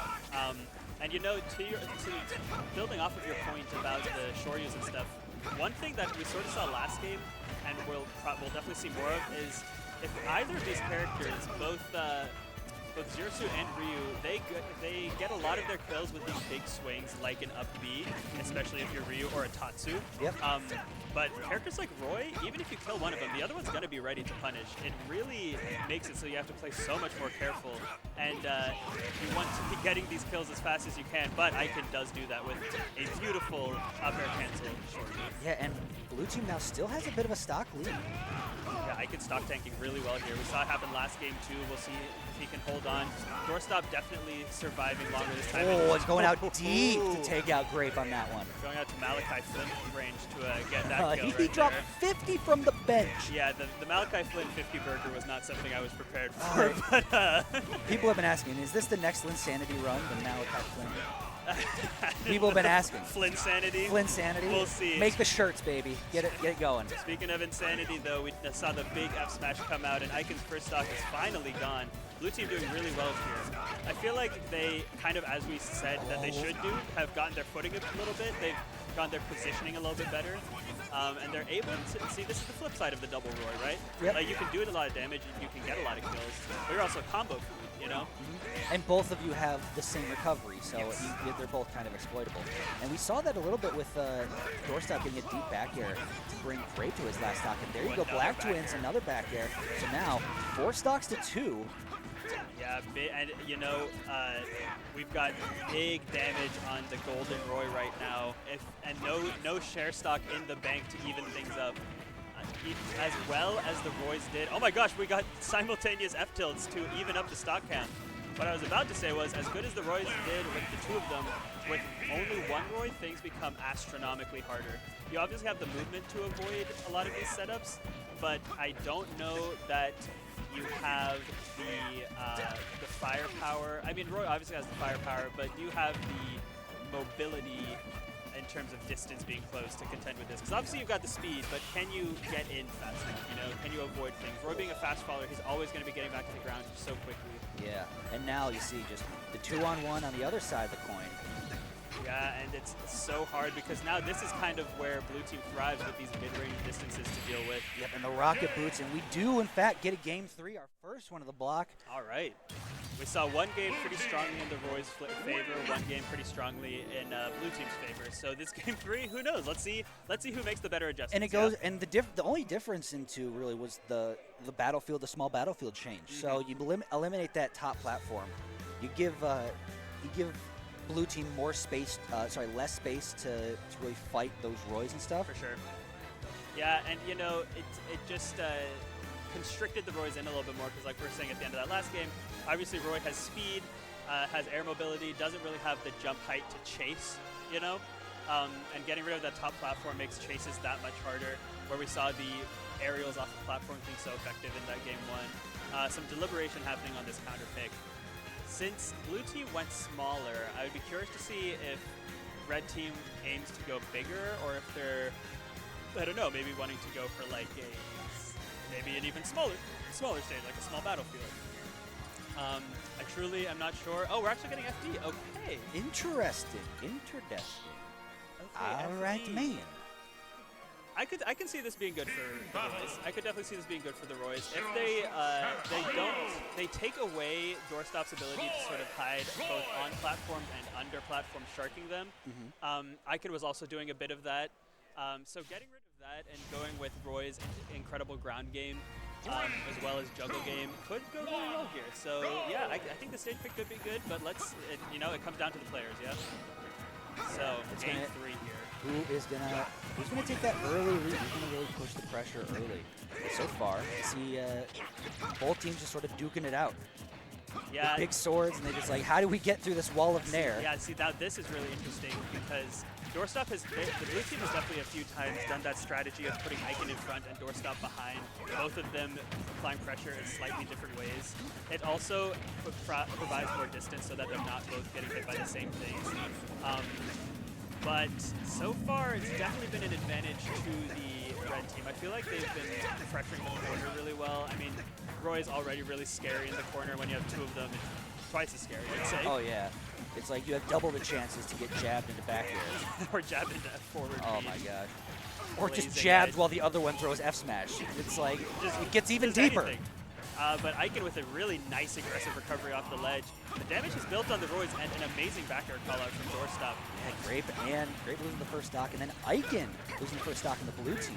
Interesting, yeah. So now we see Icon losing a stock first for the first time, but you know, makes up for it with the jab Shoryu right out of the Angel platform.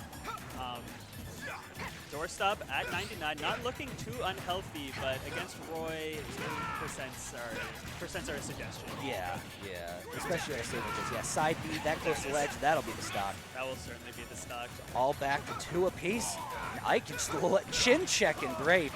Yeah, the uppercut. All right, nice little 37%er on Doorstop here. Stocks are even, percents are sort of even, but in a weird way. The jab Shoryu does come out, and that is one negative thing for this counter pick for the Roys, is that they're not going to have platforms to land on. They're going to have to sort of find ways to land on stage. And yeah, around all like the Icon Nairs and all this stuff, and the Zairs from TSS. They can cover a lot of ground and really deny a lot of space, and that's going to be another stock from Icon. Oh, this is snowballing Oh, a little bit. I guess I can't say that just yet because of how high percent blue team is. The snow is loose and it's close to an avalanche, and now the people got to pack it down. So that's right there is going to help the snow. And how long do I want to keep this analogy going? But there you go. We did go with that. But going back to this Doorstop once again, stock tanking a little bit, going for the jab up air, and another up air will kill. It's that thing you were saying, but now it's the blue team dealing with it. Doorstop had to find a way to land through all these Roy sweet spot up airs. Just couldn't do it, and they're losing their stock. So last stock here for all 4 players. Game 3, winner moves on and winners. Loser obviously gets sent. Loser. That's how tournaments work. Back air from Icon. On the side, Icon's still alive. Yeah, it doesn't quite get the kill there, but yeah, Roy at 136% and the Golden Roy at 70.5%. You've got to hold on to the stock as long as you can. If you're the Roy at 137 right now, just as soon as that stock goes, the game, as we were saying at last game, gets so much harder. Focus attack landing, but doesn't crumple. Instead, Black Twins has Doorstop at ledge, jab, a little dash back jab, trying to catch a roll, but instead it's going to be catching with the back air. So now it's just Grape, 1 stock in a dream. Everybody's pretty close to death here. Yeah, if there were a situation where this Roy could pull it out, it would be one like this, where you only need a stray hit or 2 on each one. But Doorstop with the great edge guard, amazing edge guard from Doorstop there. great timing to get out the back air before the Roya B came out. But Doorstop and Icon make great adjustments after that game one and come out on top. Excellent job. They're going to move on. And now from us, we have a couple ads to give to you people, let you know what's coming up here.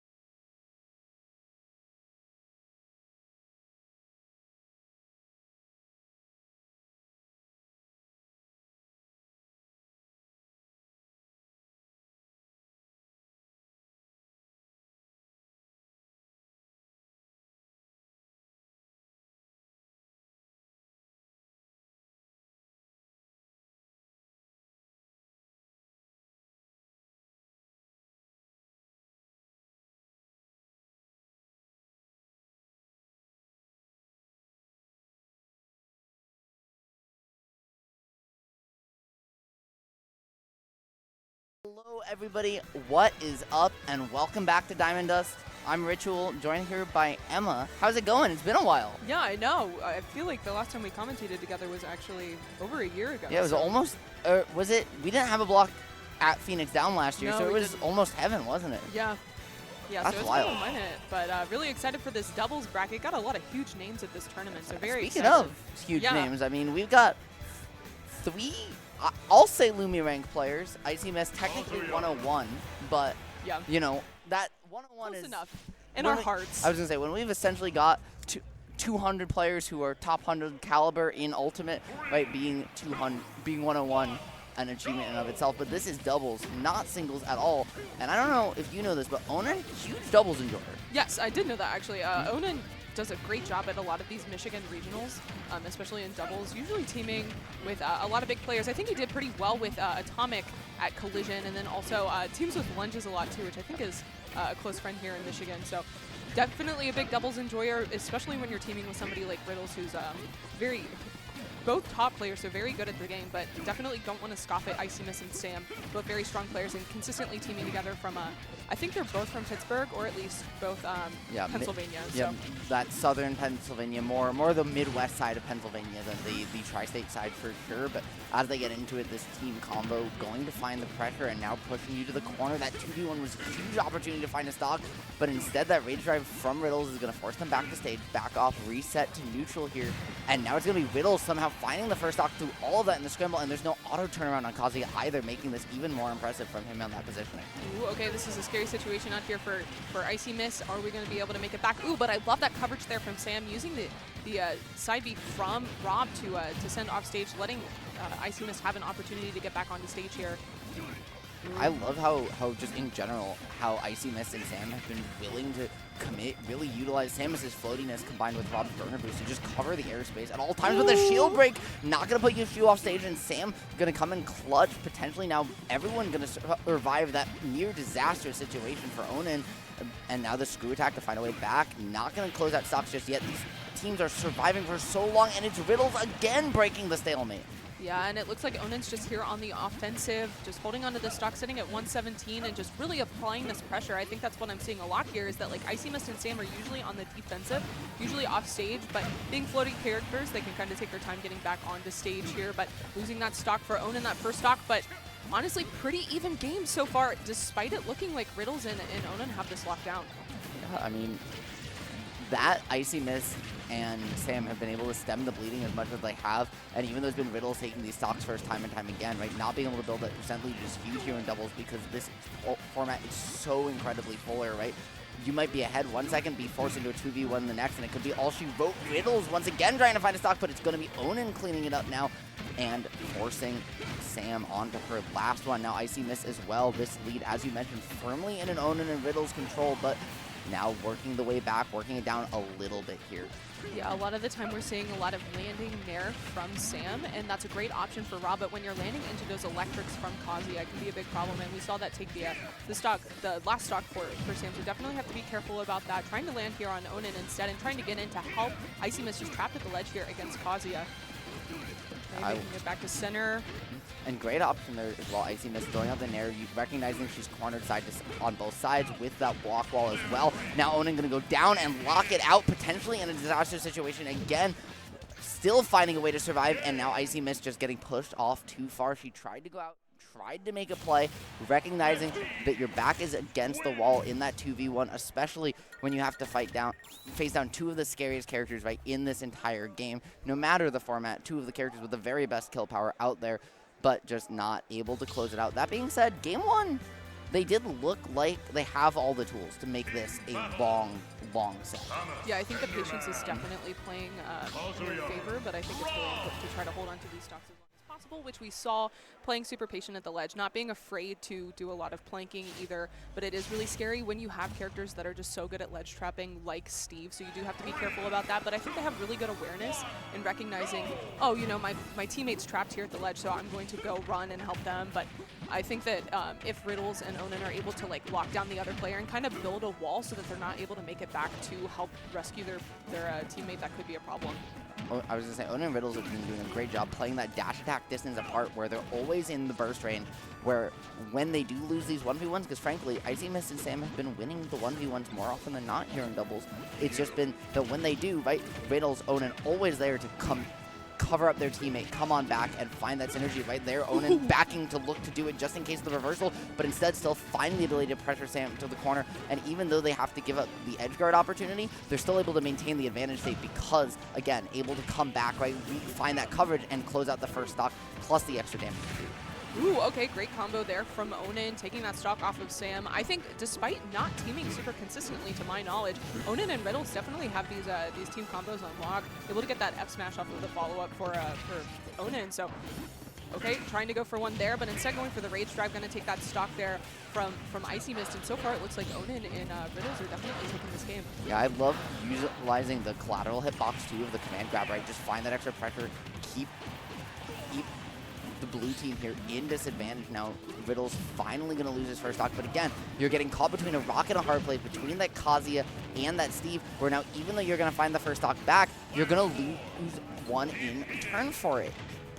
Riddles and Onin have been so good every single stock at just pressuring these situations where even when you're in advantage, because of those 2v1s, because of these team combos, Icy Mist and Sam are just perennially in the disadvantage here, and there's gonna be almost no returning from this, even if Sam can find a stock here.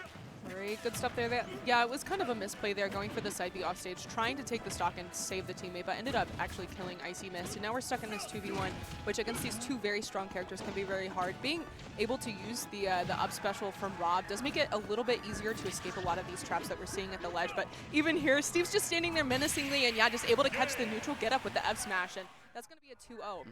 And man, do I wish we had replays, because that too high wall at the end of the game is something I really want to break down. Because it's not a 3 high wall, because you still can jump over it, it puts you in a really awkward situation where you can't mix up going to platform or not there. You're forced to either go to platform or mix up through it and fall all essentially to what's right below it anyways. And because you have you're stuck between Steve on one side, I had Kazi on the other side, and trapped with that corner. It essentially puts you in a box with the ledge being that fourth wall, and there's nowhere to go away. There's nowhere to get away from it. Whereas a 3 high wall gives you that extra height where there's not that, you just have the extra option to still get to platform, whereas the 2 high wall gives you the opportunity to, or gives less opportunity to get out by technically giving you more height mix-ups to land on, but because of the small difference, it's easier to find those backers, to find those traps than the 3 high wall where it's kind of walling both sides, right? It's that equal, there is parity, but because it's 2 instead of 3, that wall broke the parity. Yeah, that makes sense. And especially with the way that we were seeing Sam use a lot of landing nair, I think in a lot of those situations you would just be like, okay, I'm going to go over this wall, I'm going to go over the platform, and then land and cover my landing with that nair. But we saw that Riddles was so consistent with getting the electric to punish it as well that you're kind of trapped. Honestly, like going to the other side of the stage and trying to outspeed Riddles to maybe find a safe place to land might work, but again, just really, really good stuff to that team. Really good synergy despite not teaming super often, and very excited to see how they do later in bracket. And speaking of teams, speaking of synergy, right? There are few teams that have more synergy than the team we have coming up here, set on player 2. The player tags are backwards, by the way, production. We've got Hawk and Linus there over on the right side, set up as, I believe, player over on that player 2 side. Over on the player 1 side, we've got Neo and Cosmos. Hawk and Linus, 2, I believe, identical twins here from Michigan. Very famous doubles team. You know, won Big House doubles, have won many other doubles tournaments. Didn't win Let's Make Big Moves this year, but won it last year. And are known, right? These are 2 players who, when they come together in doubles, well exceed their singles placements. Their synergy, their team combos are on lock. It is the embodiment of, you know, when people say twins can like finish each other's sentences, they've got that mental connection. It is that incarnate in Smash Bros. Yeah, they're definitely not like character specialists. They can really play any character and kind of ping pong off of each other, have a lot of really good team synergy, really good at rescuing each other. So I'm very excited to see how they stack up against these two top players with Neo and Cosmos. Both very, very good at doubles, but I don't know that they're going to stack up against the Michigan, like the kings of Michigan doubles. Cosmos, solid at doubles in that being a top player, but by his own admission, not always, not a doubles specialist, right? Not someone who feels the most confident in their doubles gameplay, but still very, very talented at the game. I was going to say, I'm curious whether we're going to get Aegis Corrin or double Corrin doubles, because while Cosmos in this game, right, much more known for his Pichu, much more known for his Aegis, was very much the Corrin in Smash Bros. Like, that is how he got to being the top player that we know him as today. And so with the recent kind of resurgence or the genesis of this character in Ultimate, I was curious whether we'd see it here, especially teaming with Neo, but just going to lock in the Aegis, and I do think it makes it more well-rounded, but perhaps less flavor. I disagree. I love Pyramithra. I mean, I love it, but I am alone in that opinion, I feel like. But I feel like Pyramithra, especially in doubles, have just like so much potential, especially with team combos that you're going to be seeing with Mithra. Being able to use the Fair and the Nair to ping pong back and forth, I feel like it's definitely going to be a ping pong battle. Going Byleth instead? Okay, I think they're still trying to figure it out. But yeah, Rob is definitely going to be a pretty standard pick for the Hawk and Linus team. Bowser as well. Just very strong characters, a lot of power, which is definitely something that they definitely have a specialty in. I'm very excited to watch this set. I love both of these teams so much. It generally is that Rob, and as you mentioned, it's either the Bowser. We'll also see Ike a lot of the time. They generally opt for that slower, very strong kill power character, right? Very much that striker support finisher type of mentality from Hawk and Linus, whereas Cosmos Neo gonna be looking more for these 1v1s, looking to dominate neutral with those disjoints and kind of play more of an ISO game, because they, no matter how good their team synergy is, it's probably not going to be at the level of Hawk and Linus. Yeah, and it definitely seems like the Michigan team's definitely going to struggle with the landing, especially against these characters with such large hitboxes to cover that, especially like the up air that we see there from Neo is going to be super strong, but I think they're going to make up for it in being able to live so long, being heavy characters. We see that so often from this Bowser, just being able, sitting at 124, getting pinned at the ledge, and yeah, able to just fire right back there. But again, that up air just really covering these landings, forcing, I'm not sure which is which. Is Hawk the Bowser? Or I want to say that Hawk is the Rob, because I believe he plays that character in singles. I believe Linus is the Bowser. Yeah, Linus plays, I think, Rosalina. So choosing a different character here in doubles, but makes a lot of sense. Bowser very strong in doubles. He's struggling to get back onto the stage here. Just keeps getting sent off by these string hits from the sortie team, but the gyro getting caught in hand there from Cosmos meant that he wasn't able to answer back on that team combo. They're able to reset here. Now the Bowser bomb not going to find its mark, nor is the back air. So instead, it's going to be Neo and Cosmos' turn, resetting with that back-to-back stage control, fighting off this pincer, getting the 1v1s on alternate ledges and the stock to boot. That's going to be a huge reversal and fantastic opening scenario from them as these stock counts now start to shift further and further in Neo and Cosmos' favor. Okay, really good stuff here from Hawk and Linus. I really love the way that Linus just disengages with whoever's on the same side of the stage to go help his teammate on the other side of the stage. We saw that at the beginning of the game, just Bowser running across the stage, and we saw it there as well. Anytime that Hawk is going to be stuck here at the ledge, he's always ready to help out. That being said, getting caught at the ledge there, Neo, so efficient on these edge guards, has managed to really be the difference maker so far for them in this set. But the 1-2, that drill into F Smash 2 combo, that drill animation on the down throw from Rob so long, he gets so much throw-in vulnerability that VOD players here in doubles are so good at abusing it. And now it's going to be up to Cosmos to fight off this 2v1.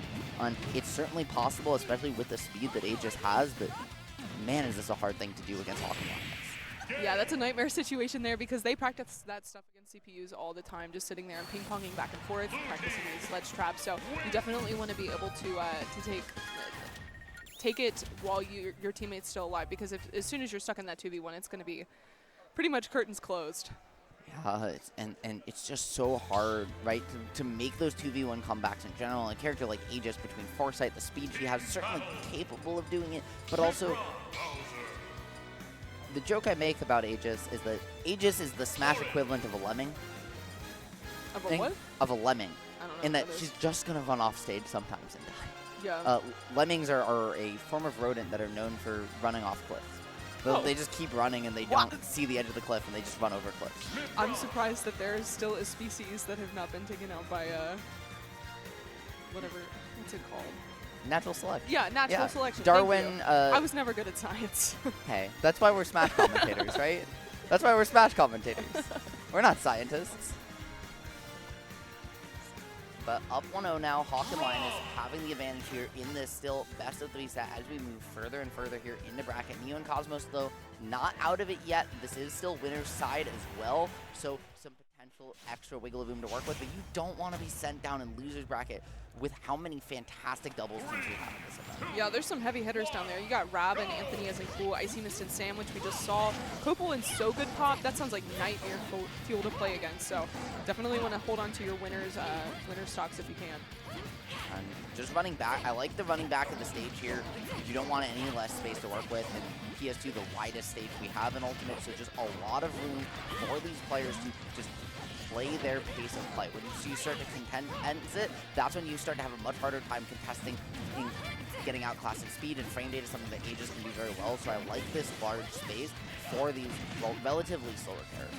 I do like the use of landing there from Aegis, especially on Mithra. It's going to be super helpful for just kind of popping people up in the air and allowing your teammate to get those follow-ups. So we see a lot of the time that Cosmos is landing on these platforms and then jumping over and trying to land on the other team, especially when they're setting up a wall like this. But now Neo in a very scary situation here at the ledge. Okay, go ahead. Oh, huge F smash there as well to find the stock. I was going to say, watch the way that we've been seeing this Bowser run up and dash shield. He's utilizing Bowser's huge hurt box, and as a result, the big shield to create a hitbox that puts you in hit stun that then Rob can come through and find the punish on. Going to only get the stock taken, though, as Neo and Cosmos even this one back up, but still not out of the woods yet. You have a slight lead, but this is what we saw in Game 1, Emma. Yeah, I love that awareness there, recognizing that his brother's stock was already gone when he got hit by that pin, so just going for the back air for the follow-up too. Really good stuff there, and able to make it a trade rather than just an unfortunate situation for their team. Now they were trying to find a team combo, just not able to do so in the ensuing scramble, having to back off restart, now getting pincer, but keeping the positioning immaculate on either side of the platform, lining it up to find out one team combo, not two team combos, but 3 and the stock. Huge opportunity from Linus and Hawk here, potentially completely opening this game up in their favor. Yeah, that was crazy. Really good awareness there. I love the way that Linus was just jumping, covering that airspace and making it so the Swordy teammate wasn't able to make it in, and just letting his brother just go to town and also getting the follow-up, but still going to hold on to that stock at 150. Bowser's a big guy, able to make it back onto stage here, but okay. And I was going to say, having both of them off stage too, huge for both of them to get back, because that's just more things you have to track, more to get off, more things you have to follow as the Ed team, and so just not able to set up that 2v1, allowing both to get back. Now the side special, the command grab, able to hit out your teammate, so Cosmos and Neo holding on for just a moment. Now the huge ledge scenario, this could be the answer they've been looking for, but there's still an extra stock in Rob's back pocket you gotta watch out for. Oh, this is so scary, but able to use that up special from Pyra to seal out that Rob stock. This is looking pretty rough for the red team, losing Neo's stock there, and are you going to be able to make it back? Okay, switching to Pyra, I really like that, just being able to snap to the ledge. Ooh, but calls out the spot dodge with the up smash, and yeah, the Twins are going to take it. In the clean 2-0-2, I will say, I'm very glad we saw Cosmos make it back to ledge there, because otherwise we would have probably seen that one on Twitter again with Cosmos getting Cosmos Oast. That being said, that's not even him. That's just the character he plays, right? Aegis his weakness is that incredibly linear disadvantage, is that limited, set of routes that she has access to off stage, which in combination with her fast falling speed are why, well, you see so many deaths where it just looks like, how did they die there? Well, the answer is they play Aegis, and that's the downside to the character. It's not even that different remotely from a character like Little Mac. It's just she has a sword and costs $5.99. I honestly don't even think that was like a huge Aegis issue. It's just the positioning that we are seeing from the Twins Agreed. on stage. Like, just so good at setting up where they're either able to ping pong back and forth or they're able to ledge trap and then create this wall so that the teammate can't help rescue the person, and they're so consistent at the ledge, able to find the down airs and the back airs from Rob, or any of the moves from Bowser, fair, down smash, whatever, and so they're just able to see all those stocks, and having that kill power just makes it so easy to find a lead very early and just able to hold on to that lead due to the heavy weight of the characters. And you know, if you couldn't get enough of Hawk and Linus one set ago, don't worry. They're not going anywhere here on stream. We're going to see one of the best doubles teams here in North America go up against arguably the best doubles team in the world, right? Leo and Big Boss, you know, in contention for that role alongside other teams like Louis Money and Send, Dark Wizzy and whoever he's teaming with, Light and Mars, and then Chag and Spargo as well. Also, you know, players like SkyJ making that list of top doubles players. But this is about to be one of the highest level doubles that we've seen in a minute, and something that is going to show. Is this the first stream set of all time with Leo's Roy? Because it might be. We no, saw because them they played tease about earlier it. today on stream, so the second. Okay, the second. But one of the very first sets here of all time to show off a new character, and it's going to signify a switch, probably for the match, from the Rob over to the Ike. Yeah, the K in MkLeo stands for Cola. So I'm excited to see this Roy. We saw earlier that Roy is just a really strong character in doubles, though he might struggle in singles in this meta right now. I feel like he's just so good at getting ping pong, so good at sealing out early stocks, and having your teammate to help you get back to the ledge when you're studying these ledge trap situations can be super helpful. Yeah, already almost taking a stock here, and you do have to be careful about the rage as well. That rage is going to come into play. Speaking of, right, going to find a stock off that up air, beautiful positioning from Leo, utilizing that rage, as you mentioned, to find the stock. You mentioned Roy being strong in doubles. Another huge reason for that, other than the situation his jab sets up for, his ground speed and his throws, right? Roy's throws, you know, it's a combo for him off down throw, but other than that, you're not that worried about them. In doubles, however, the angles they send at, the distances are perfect setups. Yeah, in a lot of these situations where you're trapped in shield, Roy can just kind of run up and sprout this down tilt for extra pressure, and if Big Boss is able to follow up with that.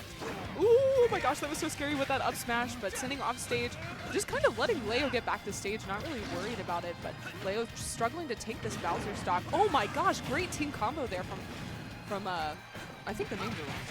Really? No, it is. Yeah, it is Big Boss. Oh yeah, and I'm Leo looking on the wrong side. I was like, line. when did Hawk get blue hair? What the heck? My bad, guys.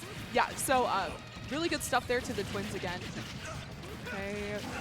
And the down toss gyro there at the ledge, trying to just catch that up special from Ike, slipping past stage, trying to catch him in an awkward position into the rotor arm, not able to find it, so now this 1v1 situation is a scary place to be against a Bowser, but Linus and Hawk able to use that big giant Ike sword as a get-off tool, find one of their own, force a brief 2v1, and get out of these terrifying situations.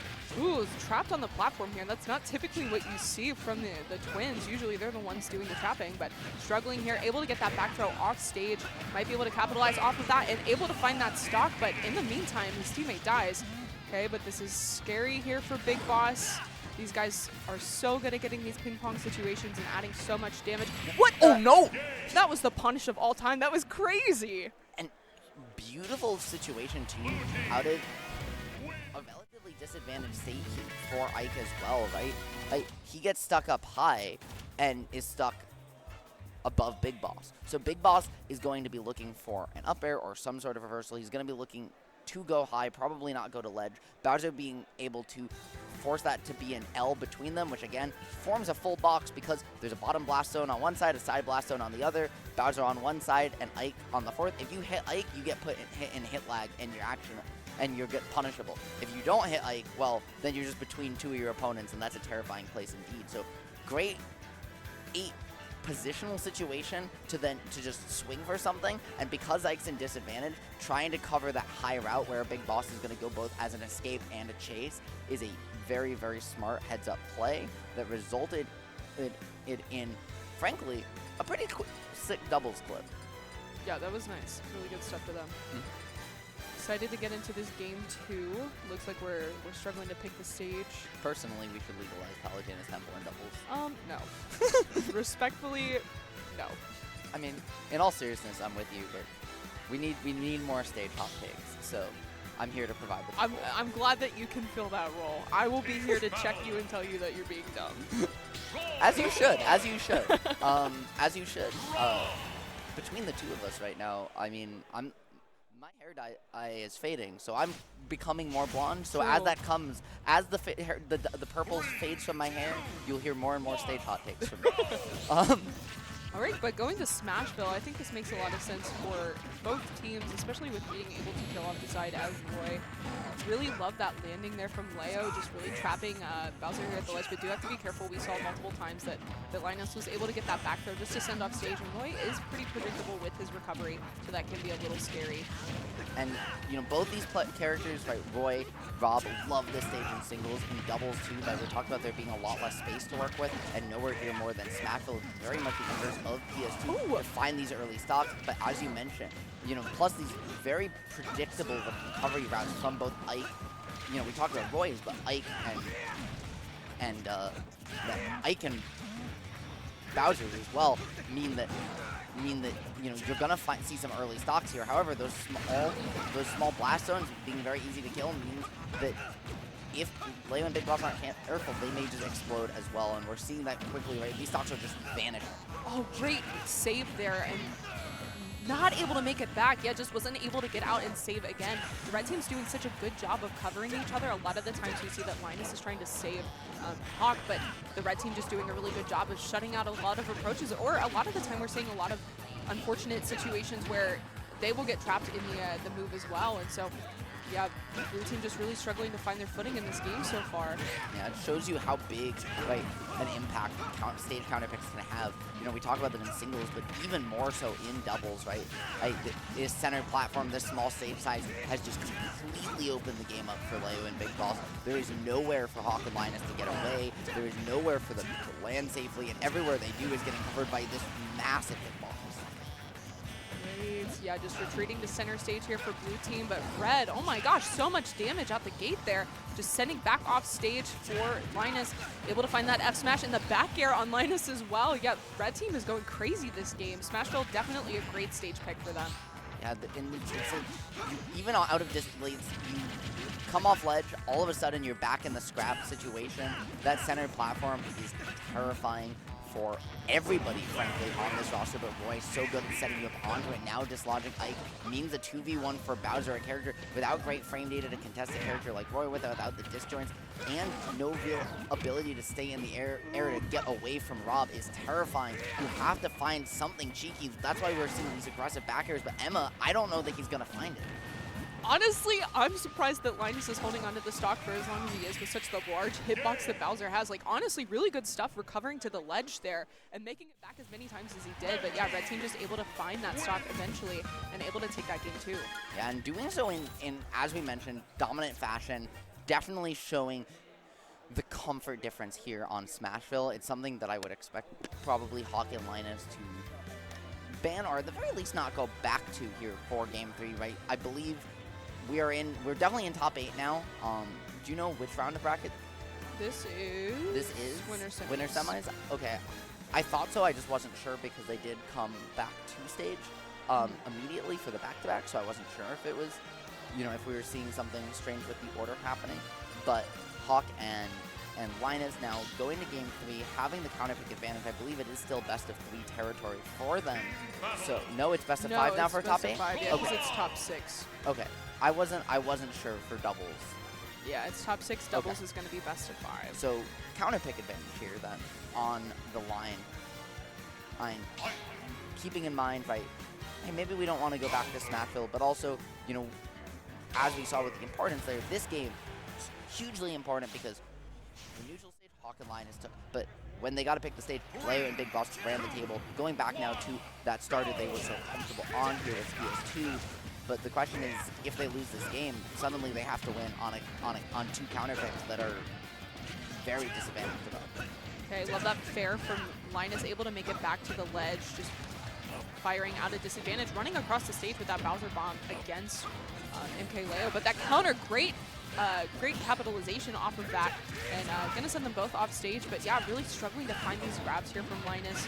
Okay, and again, like, gets the down throw with Ike and not able to get the follow-up just because the red team's just ready to cover their teammate.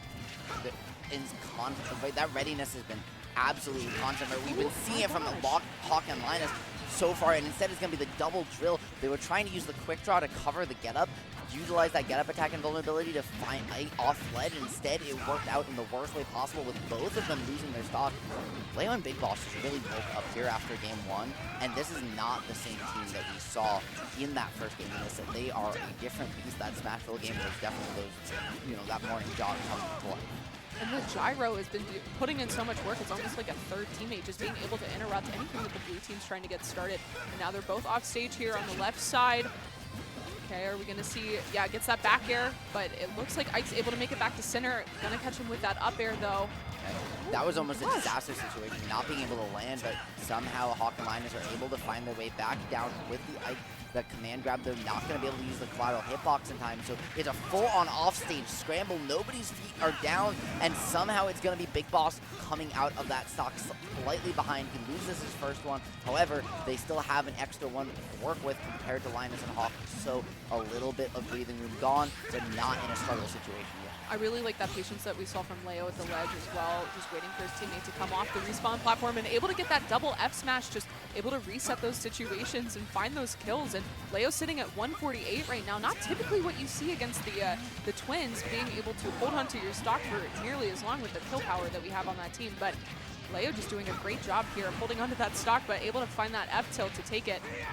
And he's sitting all the way back there as well, not just to burn the iframes, force the opponent over to him, get out of position if you want to take his stock, right? You can't fight the 2v1, and you're not going to have any opportunity to do that because of how wide PS2 is. So you sit at ledge, maybe try to get a long Roy combo. If you win neutral, if you lose neutral, you're at 148. Who cares? The other teammate's out of position and lets you come back down and not disadvantage your teammate by dying.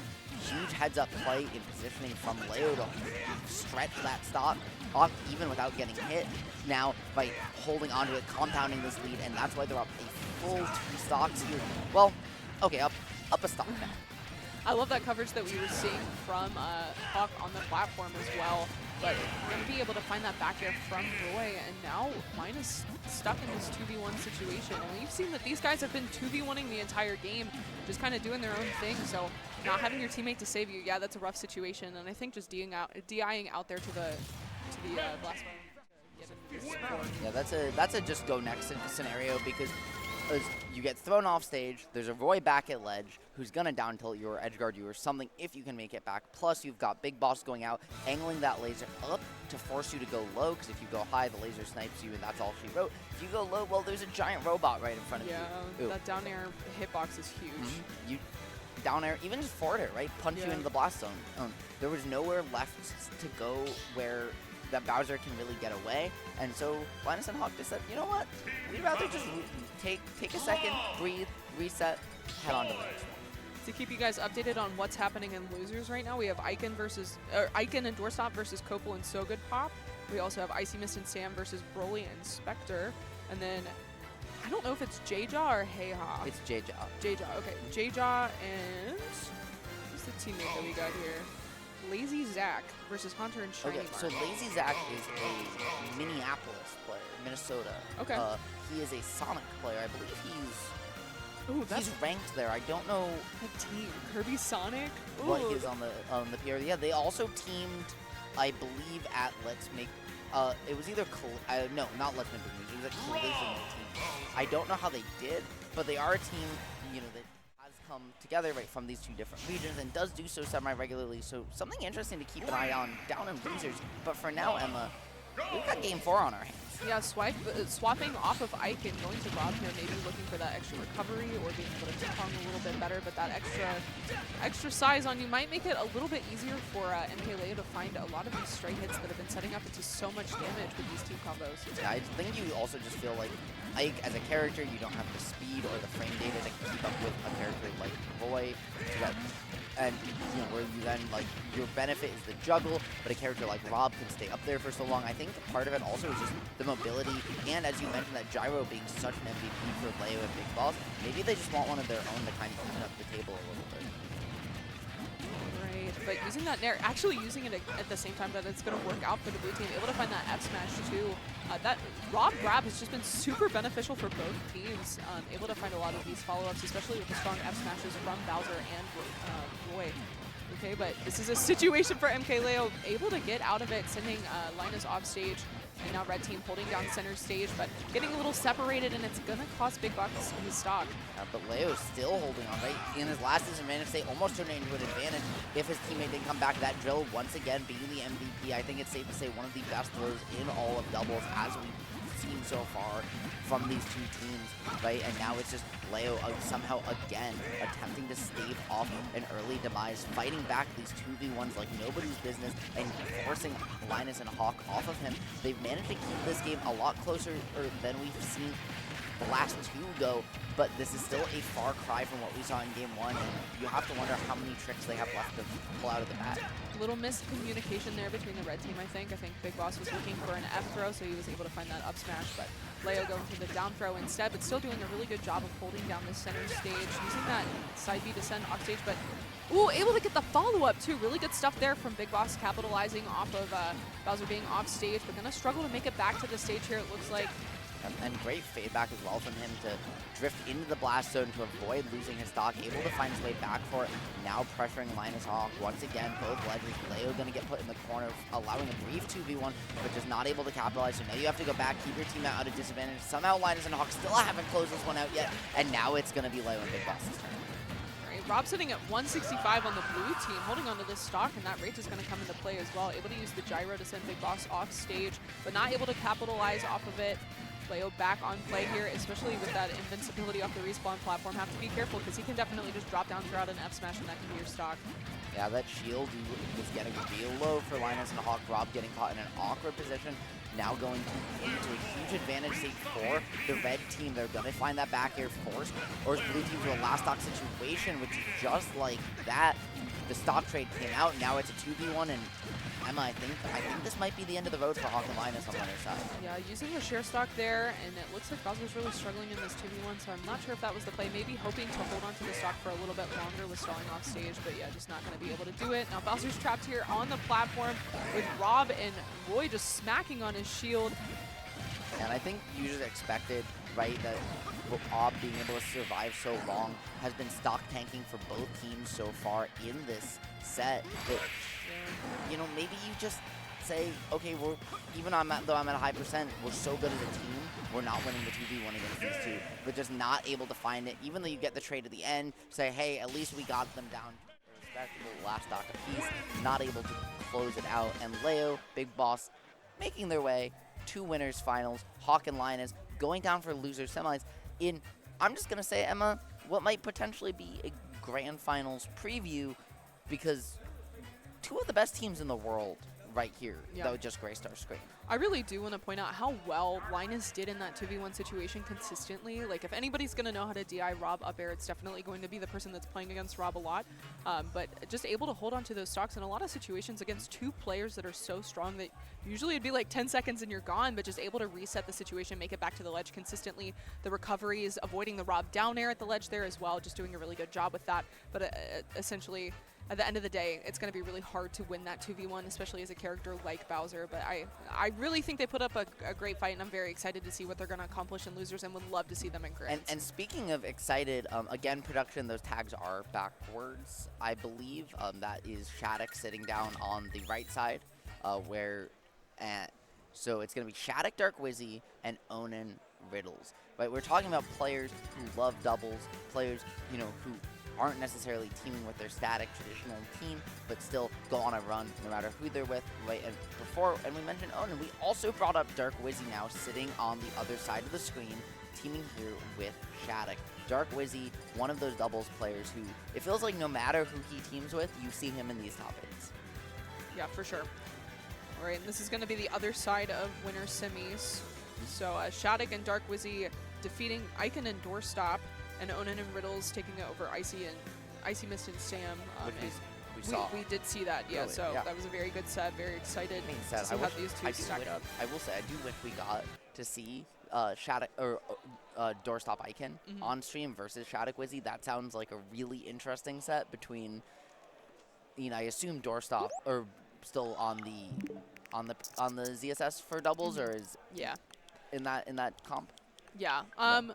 That's what I was seeing earlier in bracket. I think that not having the auto turnaround on Ryu might make it a little bit harder for him to play in doubles. I know that Icon doesn't play doubles super consistently, but those two trying it out. And Doorstop and Darkshad have teamed multiple times as well, so I think having that matchup experience might help them out in that as well. Having the kill power on Ryu and then having the versatility of ZSS. I think the only problem that they're going to have is like finding grabs.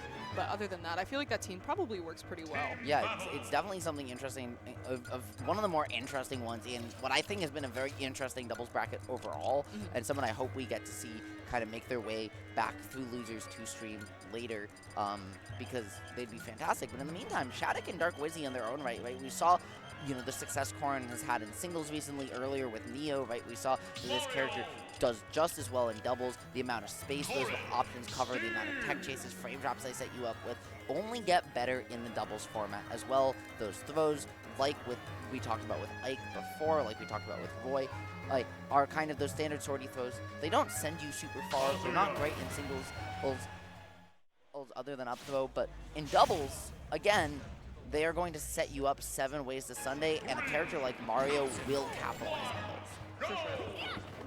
All right, getting into this, Onin just immediately starting to mine makes sense. Having those resources can be very beneficial, but it looks like either maybe a wrong tag, maybe a wrong something.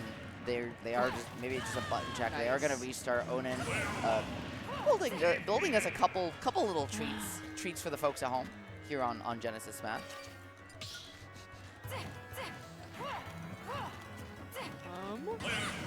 Oh, okay. Onin asserting their dominance here in Game 0 with that saying, hey, it might be a button check, guys, but this is the L we want you to hold in the future. You might not be holding it yet, but we are going to try. I'm not sure what was wrong there. I think everybody had the right tags, so. It definitely looked like it. Maybe it was, and they are going to the right stage. Maybe it was just a wrong skin or something, honestly.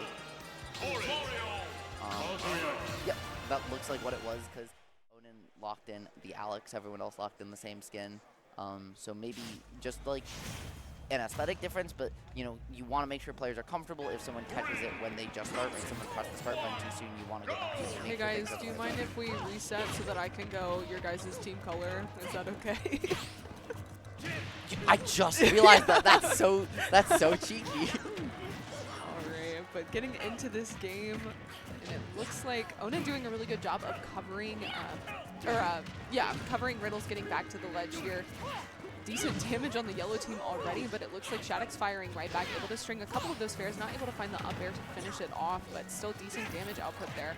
And Wizzy just doing a really good job of blocking down the ledge, but overextends there with the fair off stage, and now this is Riddles' ledge trap instead. I like the idea to try and play off the block, being there right the lane, trying to find the early stock, but as you mentioned, that overextension going to potentially be huge for the red team. They're going to find 2 stocks off of it, right? Being able to just rack up that damage in the extended 2v1 that ensued, and then because of that mispositioning, just never really gave it back. Now, the juggle trying to happen from SHADIC and Wizzy here on Riddles, but not able to find it. Onin going to get put off, so there's a huge damage opening, but just barely able to use that minecart and get back to stage, disrupt the positioning again, and it's just been the story that SHADIC and Wizzy able to find this damage, just not able to get these team combos going off these juggles and find these stocks.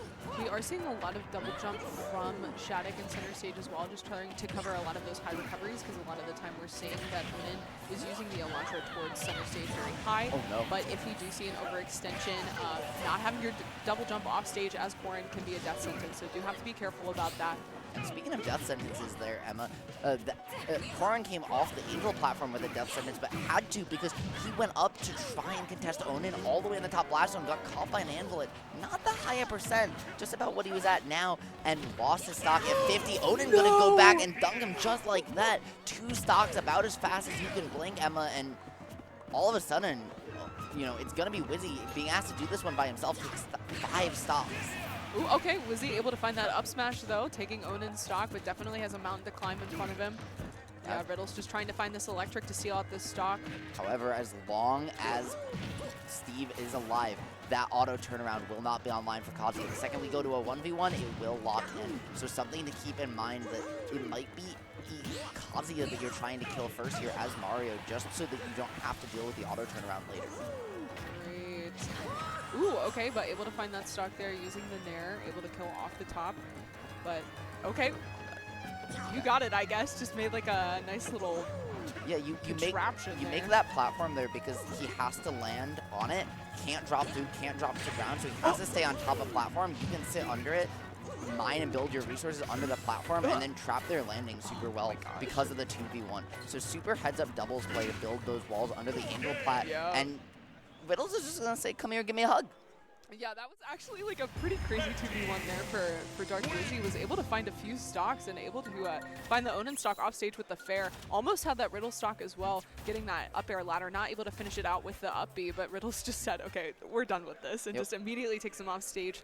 And yeah, gonna take that game 1. Yeah, the fact that Wizzy was able to take multiple stocks there, as you mentioned, just very impressive, right? Especially a character like Mario, you know, very good in the game, very good in the overall meta, not as good in the meta as of late, especially with the resurgence of all these disjoint characters, right? Yeah. Mario just having those stubby little legs, those stubby little hands, not able to quite contest you as well, but even though SHADIC has one of the biggest swords in the game with Corrin, and, you know, as your team, right, you still have to deal with those disjoints against Onin with the sword and the pickaxe, Riddles, you know, as well, even though it's not traditional, that leg, like that up air, right, frame 4, full leg invulnerability. Most of Kazuya's aerials might as well be sword buttons. Wizzy and Mario just in general can sometimes just struggle to swing against these characters that he's on the screen with, even his teammate. Yeah, for sure. Great, but yeah, just locking in with the same characters into this game 2.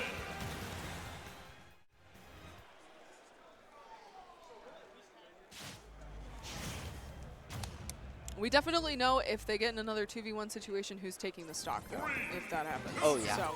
Absolutely. That being said, I mean, even if you do, right, like, betting on, you know, it's hard also because just SHADIC's been so good recently, right? Like, to really assume that, but I'm sure they have a strategy locked in place. I like the Nair to just cover both sides, right? Say, okay, you guys are surrounding us. Let's get off. Let's reset a little bit. Ooh, yeah, SHADIC trying to rescue Wizzy, but he's getting sent off stage, able to make it back to the ledge, but I really love this use of falling Nair to get a lot of these combos started, but it seems like Riddles is just ready to interrupt a lot of these combos that SHADIC is getting on Onin, so we have to be careful about the positioning of the red team whenever we're trying to get these strings that Corrin is definitely known for. Ooh, but that pin spacing, fantastic stuff there to yellow team. Still very high % on our first stocks, but able to seal out both of those of the red team. And I like that up air there, recognizing, hey, it's Kalos, this won't kill, but it's going to get Dark Wizzy out of there. He's got to reset. We're not going to get surrounded and potentially risk both of our stocks going away, because Wizzy will be able to fireball pressure from a distance and keep us both alive.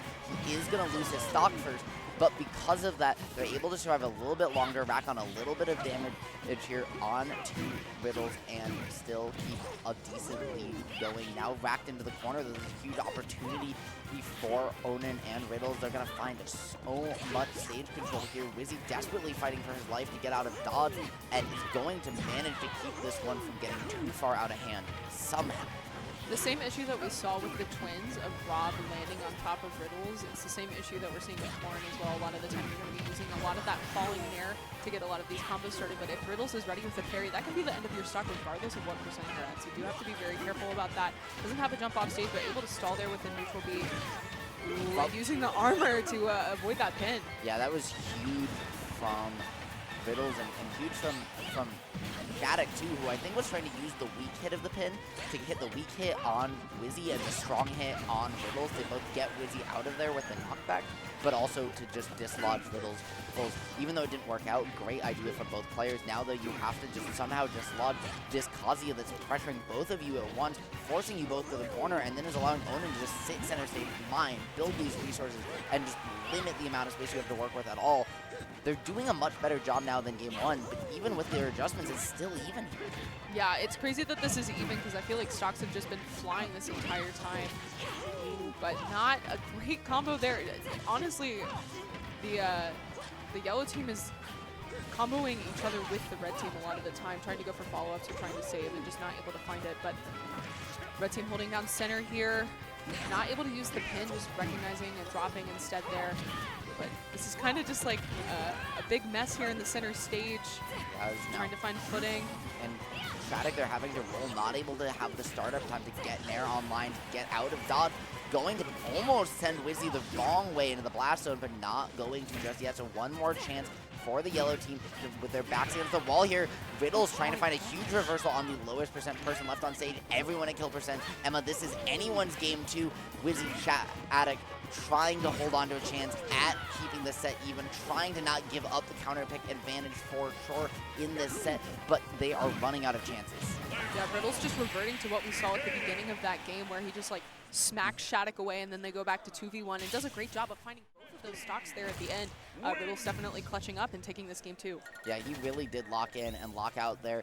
Emma, as well, you mentioned, you know, we saw the yellow team there, and I agree, I think it was kind of what did them in, you know, was comboing themselves a lot with along with the red team.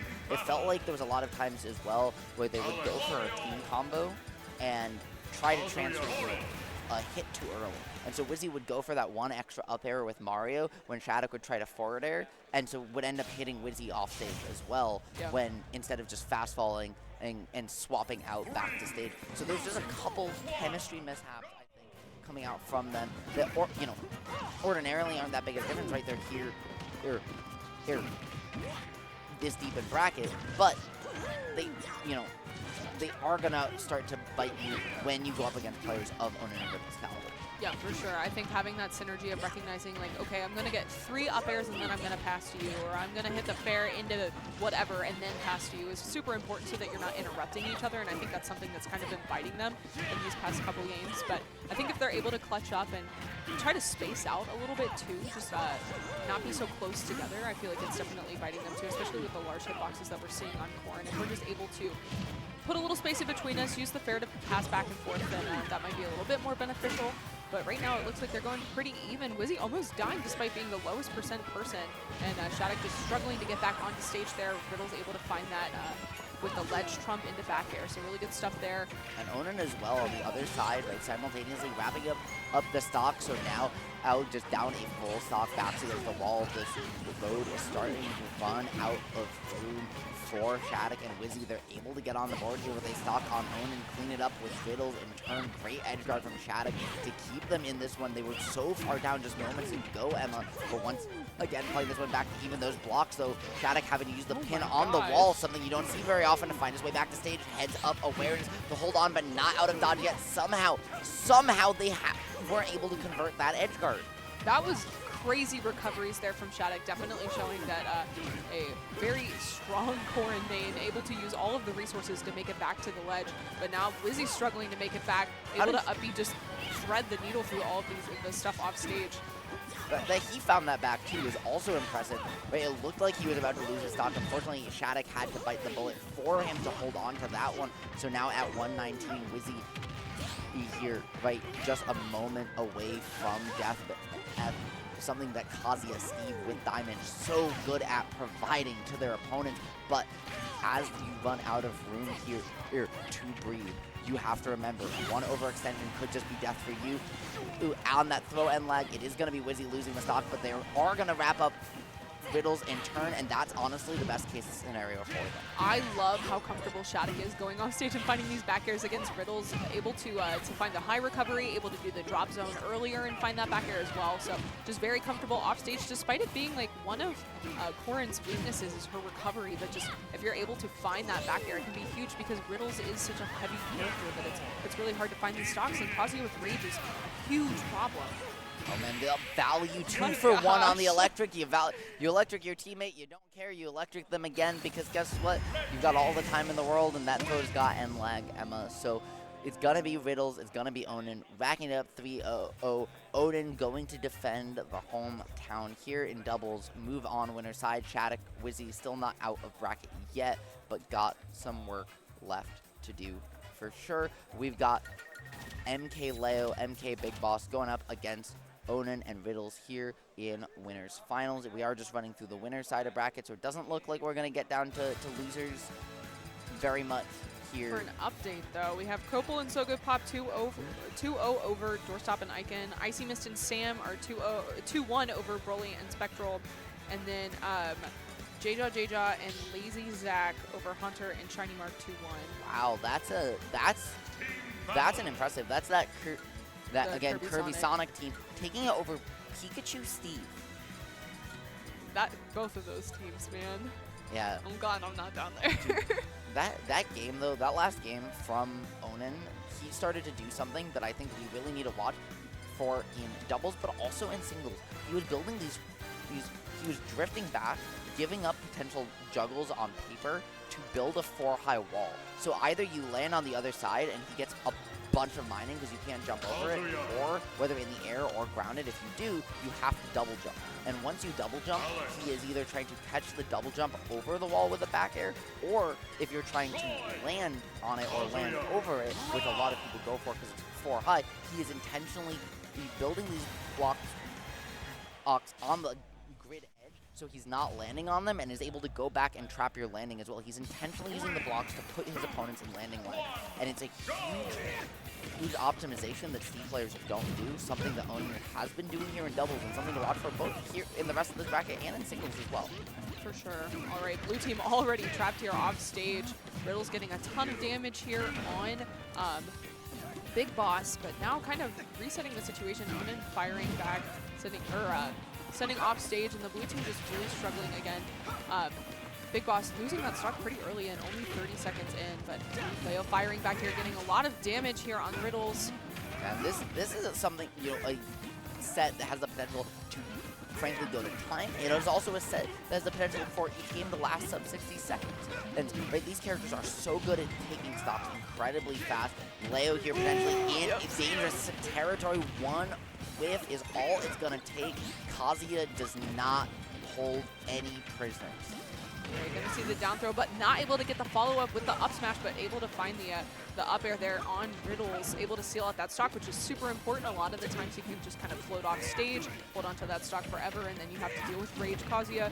But so far, it seems like the blue team's getting their footing here, able to send both players off stage.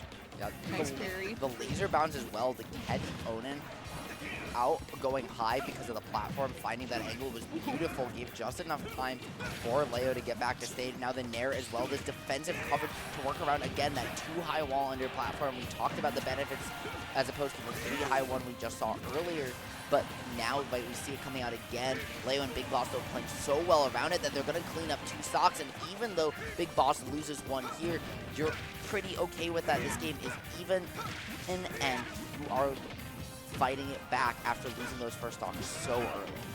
I love the gameplay that we're seeing from Onin whenever they have the double ledge trap set up where he just sits on the platform and waits. And it looks really silly because it looks like he's not contributing, but just like standing there menacingly is honestly like the best thing that he can do because he's able to react to anything when people jump off of the ledge and cover that super well. Speaking of coverage, able to use that back air to send Big Boss off stage and setting up these blocks so that he can kind of just play wherever he wants. But I like that MkLeo was going out there and trying to help covering a lot of Onin's recoveries back to the ledge.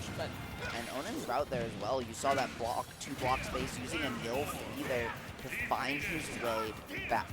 To find that pressure. Leo now forcing the 2v1. He got Riddles out of dodge. That could have been a terrible situation, but the down tilt going to just be active enough, delayed enough to allow the time for Riddles to not die, get out of dodge, and hold on here.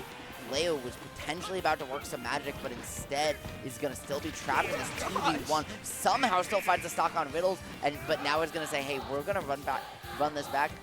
You have to be Onin, who is someone you struggle with the extra stock. We don't even need to be 2v1. This is going to be hard to do, but I would love to see it. I'm a huge Leo Roy fan, yeah, but able just to catch the jump with the up smash there. But honestly, did such a great job in that. Able to hold on to stocks and actually take a stock as well. So I think if we're able to see that kind of recovery consistently, yeah, Leo's Roy is putting in work for sure. It really is. And honestly, Emma, I think it was the delay. Part of what kind of caught him off guard there was the delayed stock take. Right? It was that it didn't come out immediately. He kind of locked into 1v1 mode, committed, and then all of a sudden there was a Kazuya behind him, right? Yeah. Who didn't exist 30 seconds before. And so he kind of got caught in a position that was the right position to be in, but then suddenly there was a Kazuya behind him while he was under platform, pressuring him when he didn't expect it, and he had to force a swing that, because of the pressure from his backside, was able to be caught out with that up smash. But we've seen nobody take those 2v1 scenarios in their favor more than MkLeo, and something, you know, we haven't seen yet in bracket, but certainly not out of the question. Personally, if I was in that situation, I just got sauced up by MkLeo and he just did a combo that almost killed me. I'm like, help, help, help, get in here, get in here. So I think that that's definitely what worked out for that team. But the fact that it was that close, despite it being like pretty heavily in the red team's favor, like speaks so much to Leo's 2v1 potential. But so far, starting out in this game pretty even. It looks like Onin's doing a really good job of trapping Big Boss. And despite the recovery on Rob, it seems like Onin is doing a really good job of ledge trapping, but able to fire back with that side B off stage. Yeah, finding those down toss gyros to just catch up, mix up timing at ledge. Big Boss has found so many early loaders. That one, though, the overextension just not ever able to get back after that great edge guard opportunity. So Riddles is going to find the first stock and return that return of the down throw. Right? Leo and Big Boss game one, they didn't win the game, but they also didn't get a single down throw stock. We just saw one there, Emma, and they've only managed to find those in the games they've won. Yeah, it's definitely a strong option, but if the other team is ready to cover it, then it's super predictable as to when he's going to be going for that F smash. So if you're able to just run up and use a dash attack or whatever to interrupt it, you can hold on to your partner's stock. It's definitely one of their keys to victory, though, and something to look for here. It's also part of, I think, why we're seeing Onin and Riddles really try to just focus Big Boss at any opportunity, right? Like, Bob is so scary, that gyro, that down throw. Oh, as we talked about, he controls the air so well, whereas Roy is a very grounded character, so they're able to just utilize that, plus the big body, and ping pong this robot back and forth, never give him that space to utilize these low commitment options to help alleviate some of that pressure on the board.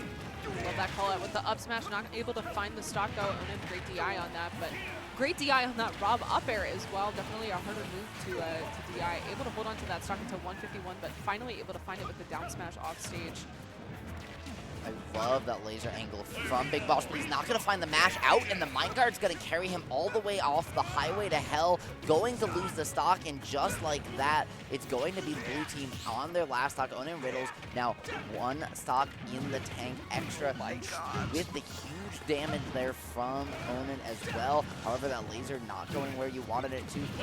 Leo getting caught between an electric and a hard place and going down just like that. This is looking like a swift 2-0 advantage for Onin and Riddles. And oh my gosh, where do you go? yeah, what do you do? What do you do against this team? Okay.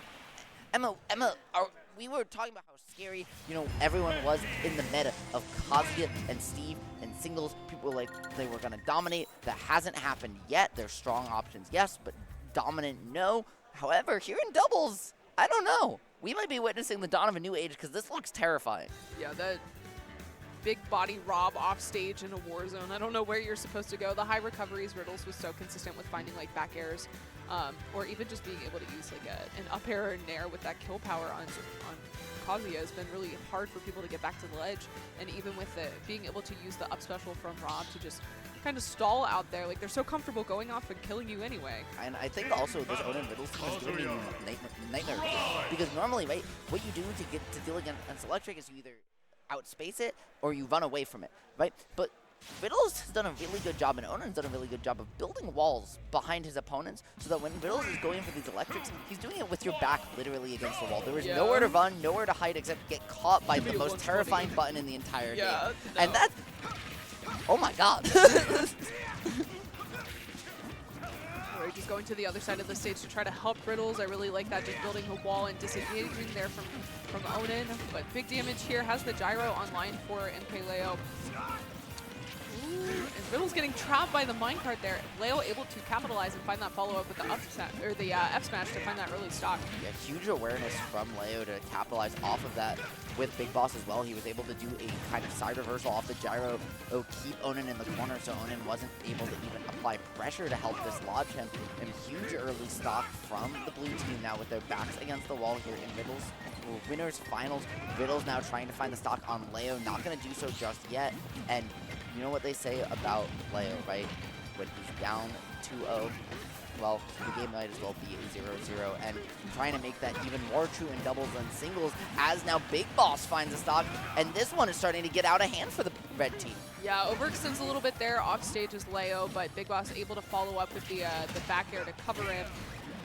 Struggling to make it back here, but yeah, blue team was trapped at the ledge. Leo able to retreat to the platform. And Kazuya there with that dragon uppercut, like finding his way underneath the raw back air, finding a lot of damage. Not going to find the stock. Now it's going to be Onin managing to finally put the red team on the board here. Big opportunity for them. They're going to get Leo as well.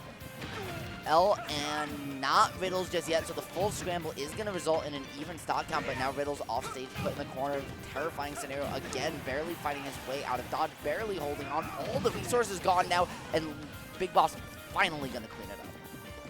Great. And the blue team has a stock lead here, but if Riddles is able to find this combo off the electric, could tie it up very quickly. The red team has a lot of kill potential and have been finding a lot of early stocks as well.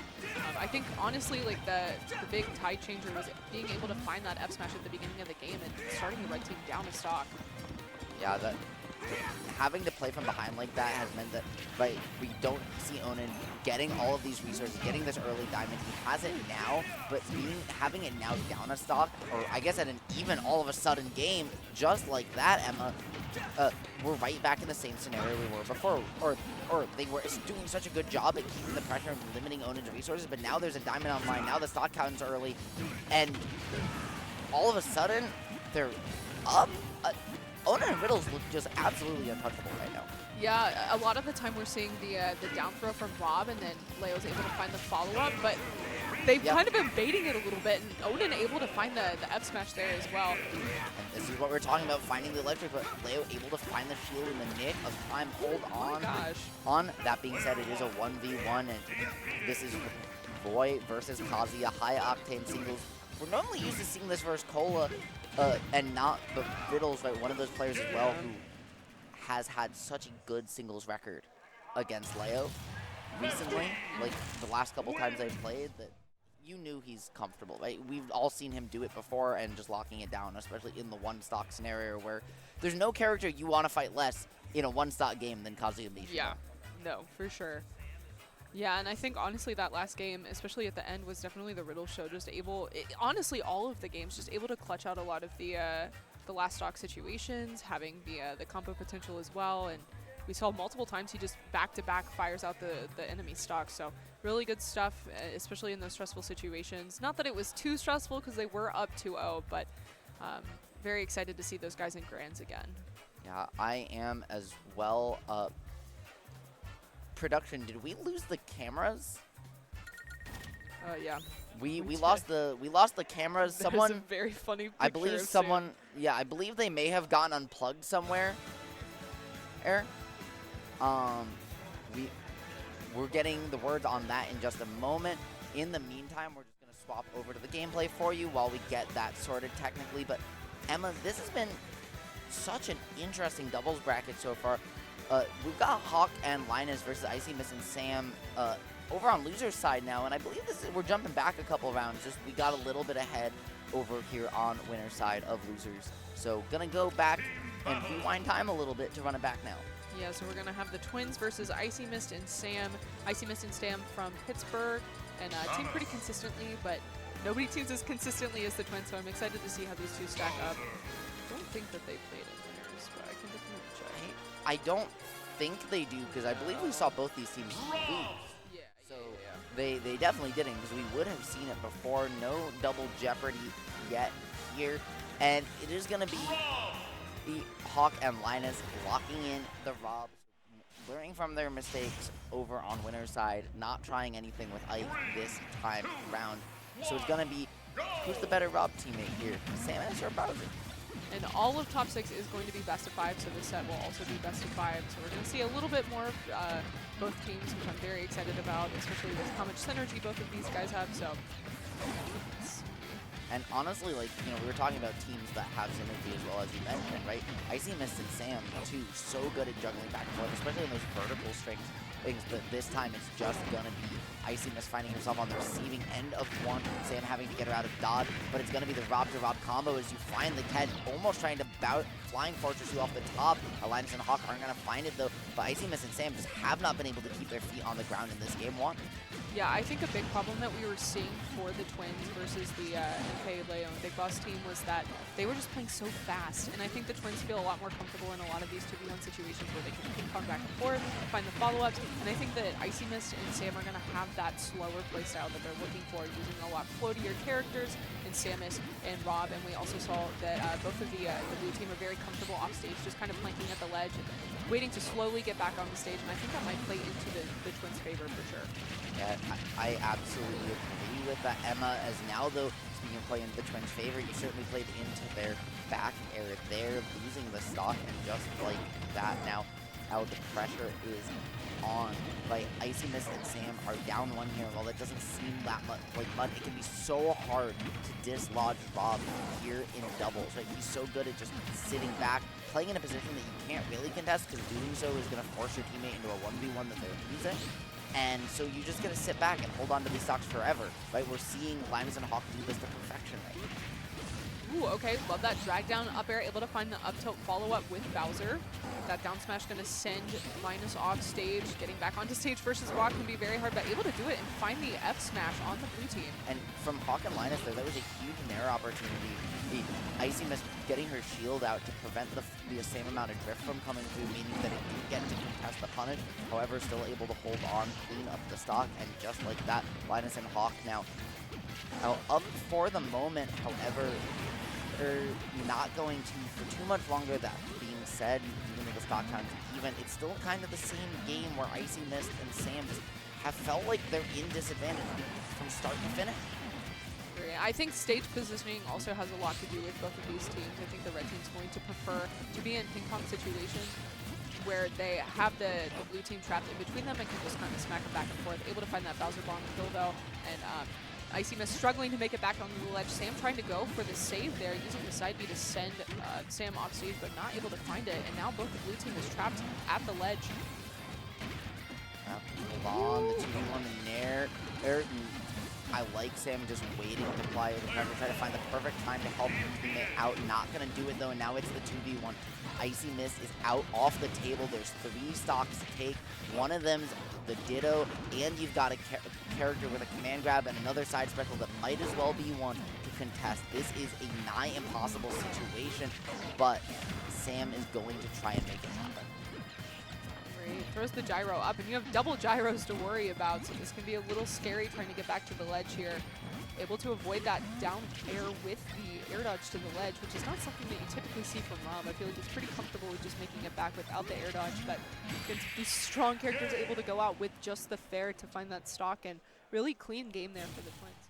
And we just saw, I think, at the end as well, something that is really indicative of the differences between singles and doubles. Sam, at the end, kept going for these down tilts, these lasers, in situations where after a whiff, you ordinarily in singles would definitely just be able to find a kill.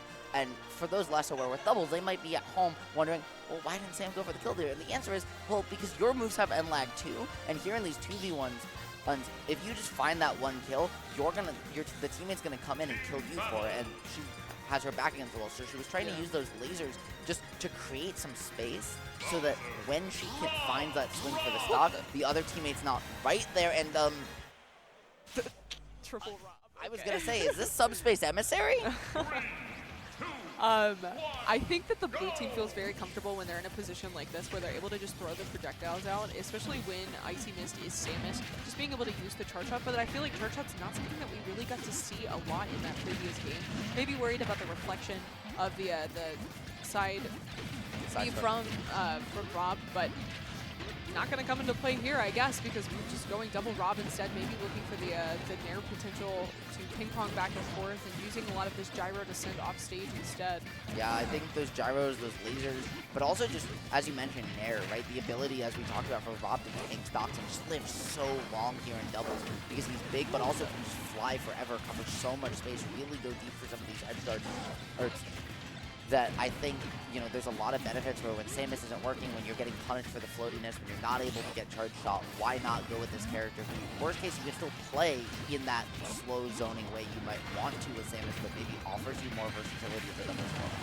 Yeah, and I think with the blue team being very scared of a lot of these strong hitboxes from Bowser, we're seeing a lot of shield, and Linus just able to really capitalize off of that, using a lot of the Bowser bomb, just running up and grabbing a lot of the time too, and if Hawk is able to find those follow-ups, that can be a big problem for the blue team.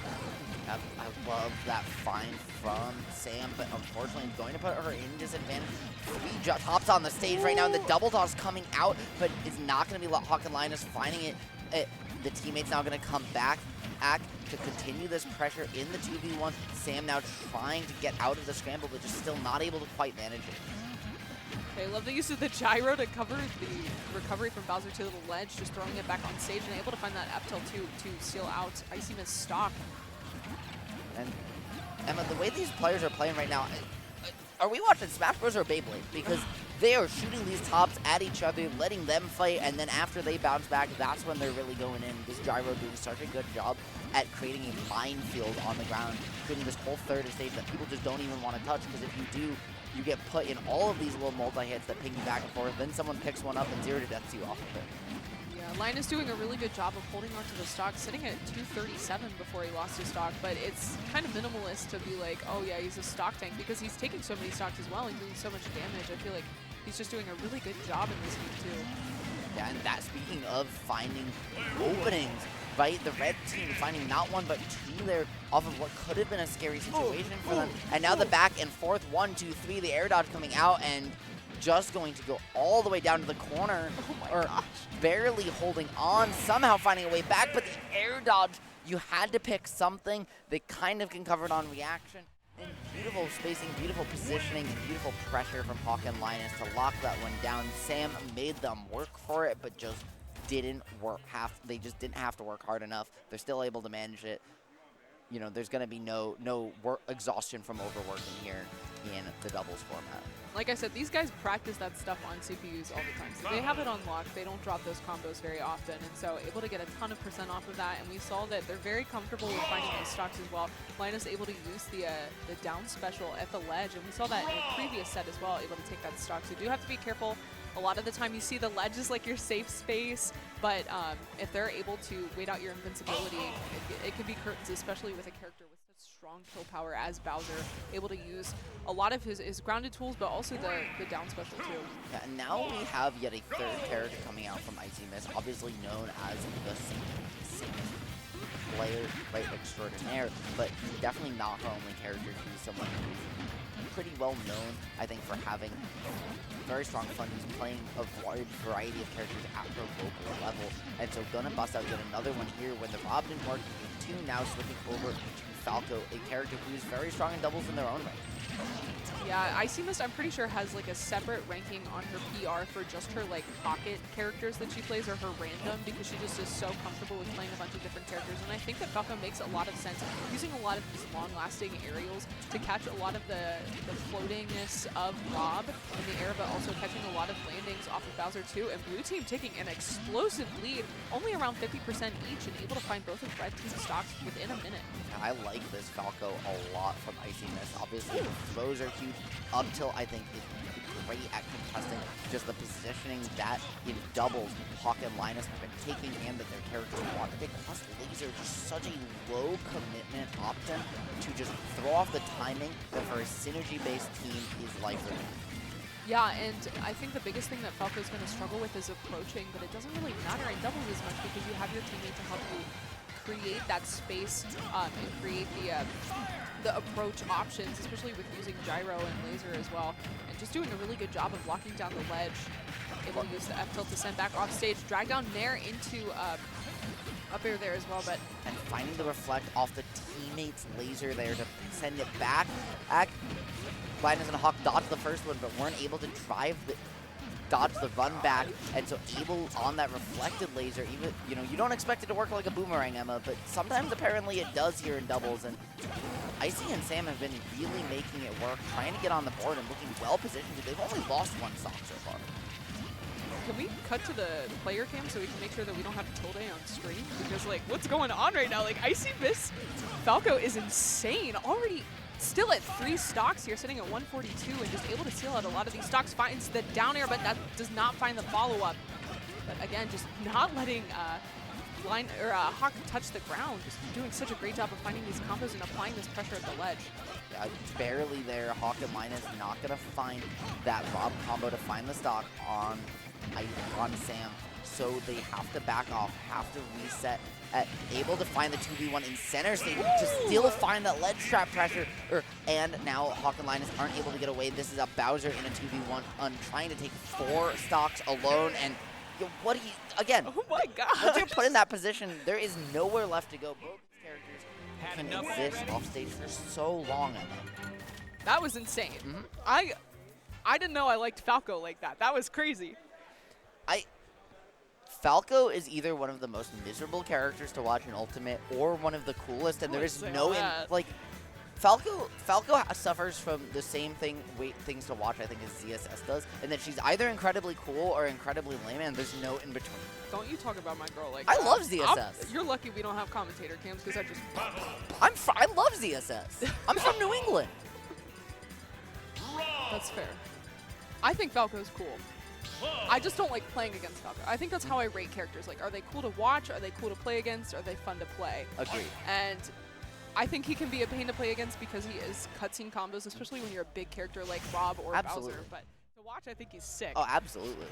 I mean, I'm the person who thinks everybody in Ultimate is sick to watch. And speaking of sick to watch, I think this is going to set our double set record for the tournament of most characters used, because all of a sudden we've got the double switch coming out from Hawk and Linus, swapping fully over to Ike, Cloud, and Emma. What do you think of them trying to counteract this explosive new combo from Icy Miss and Sam with some big old swords?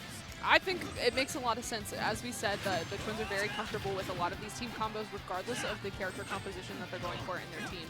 And so far, it seems like it's really paying off for them.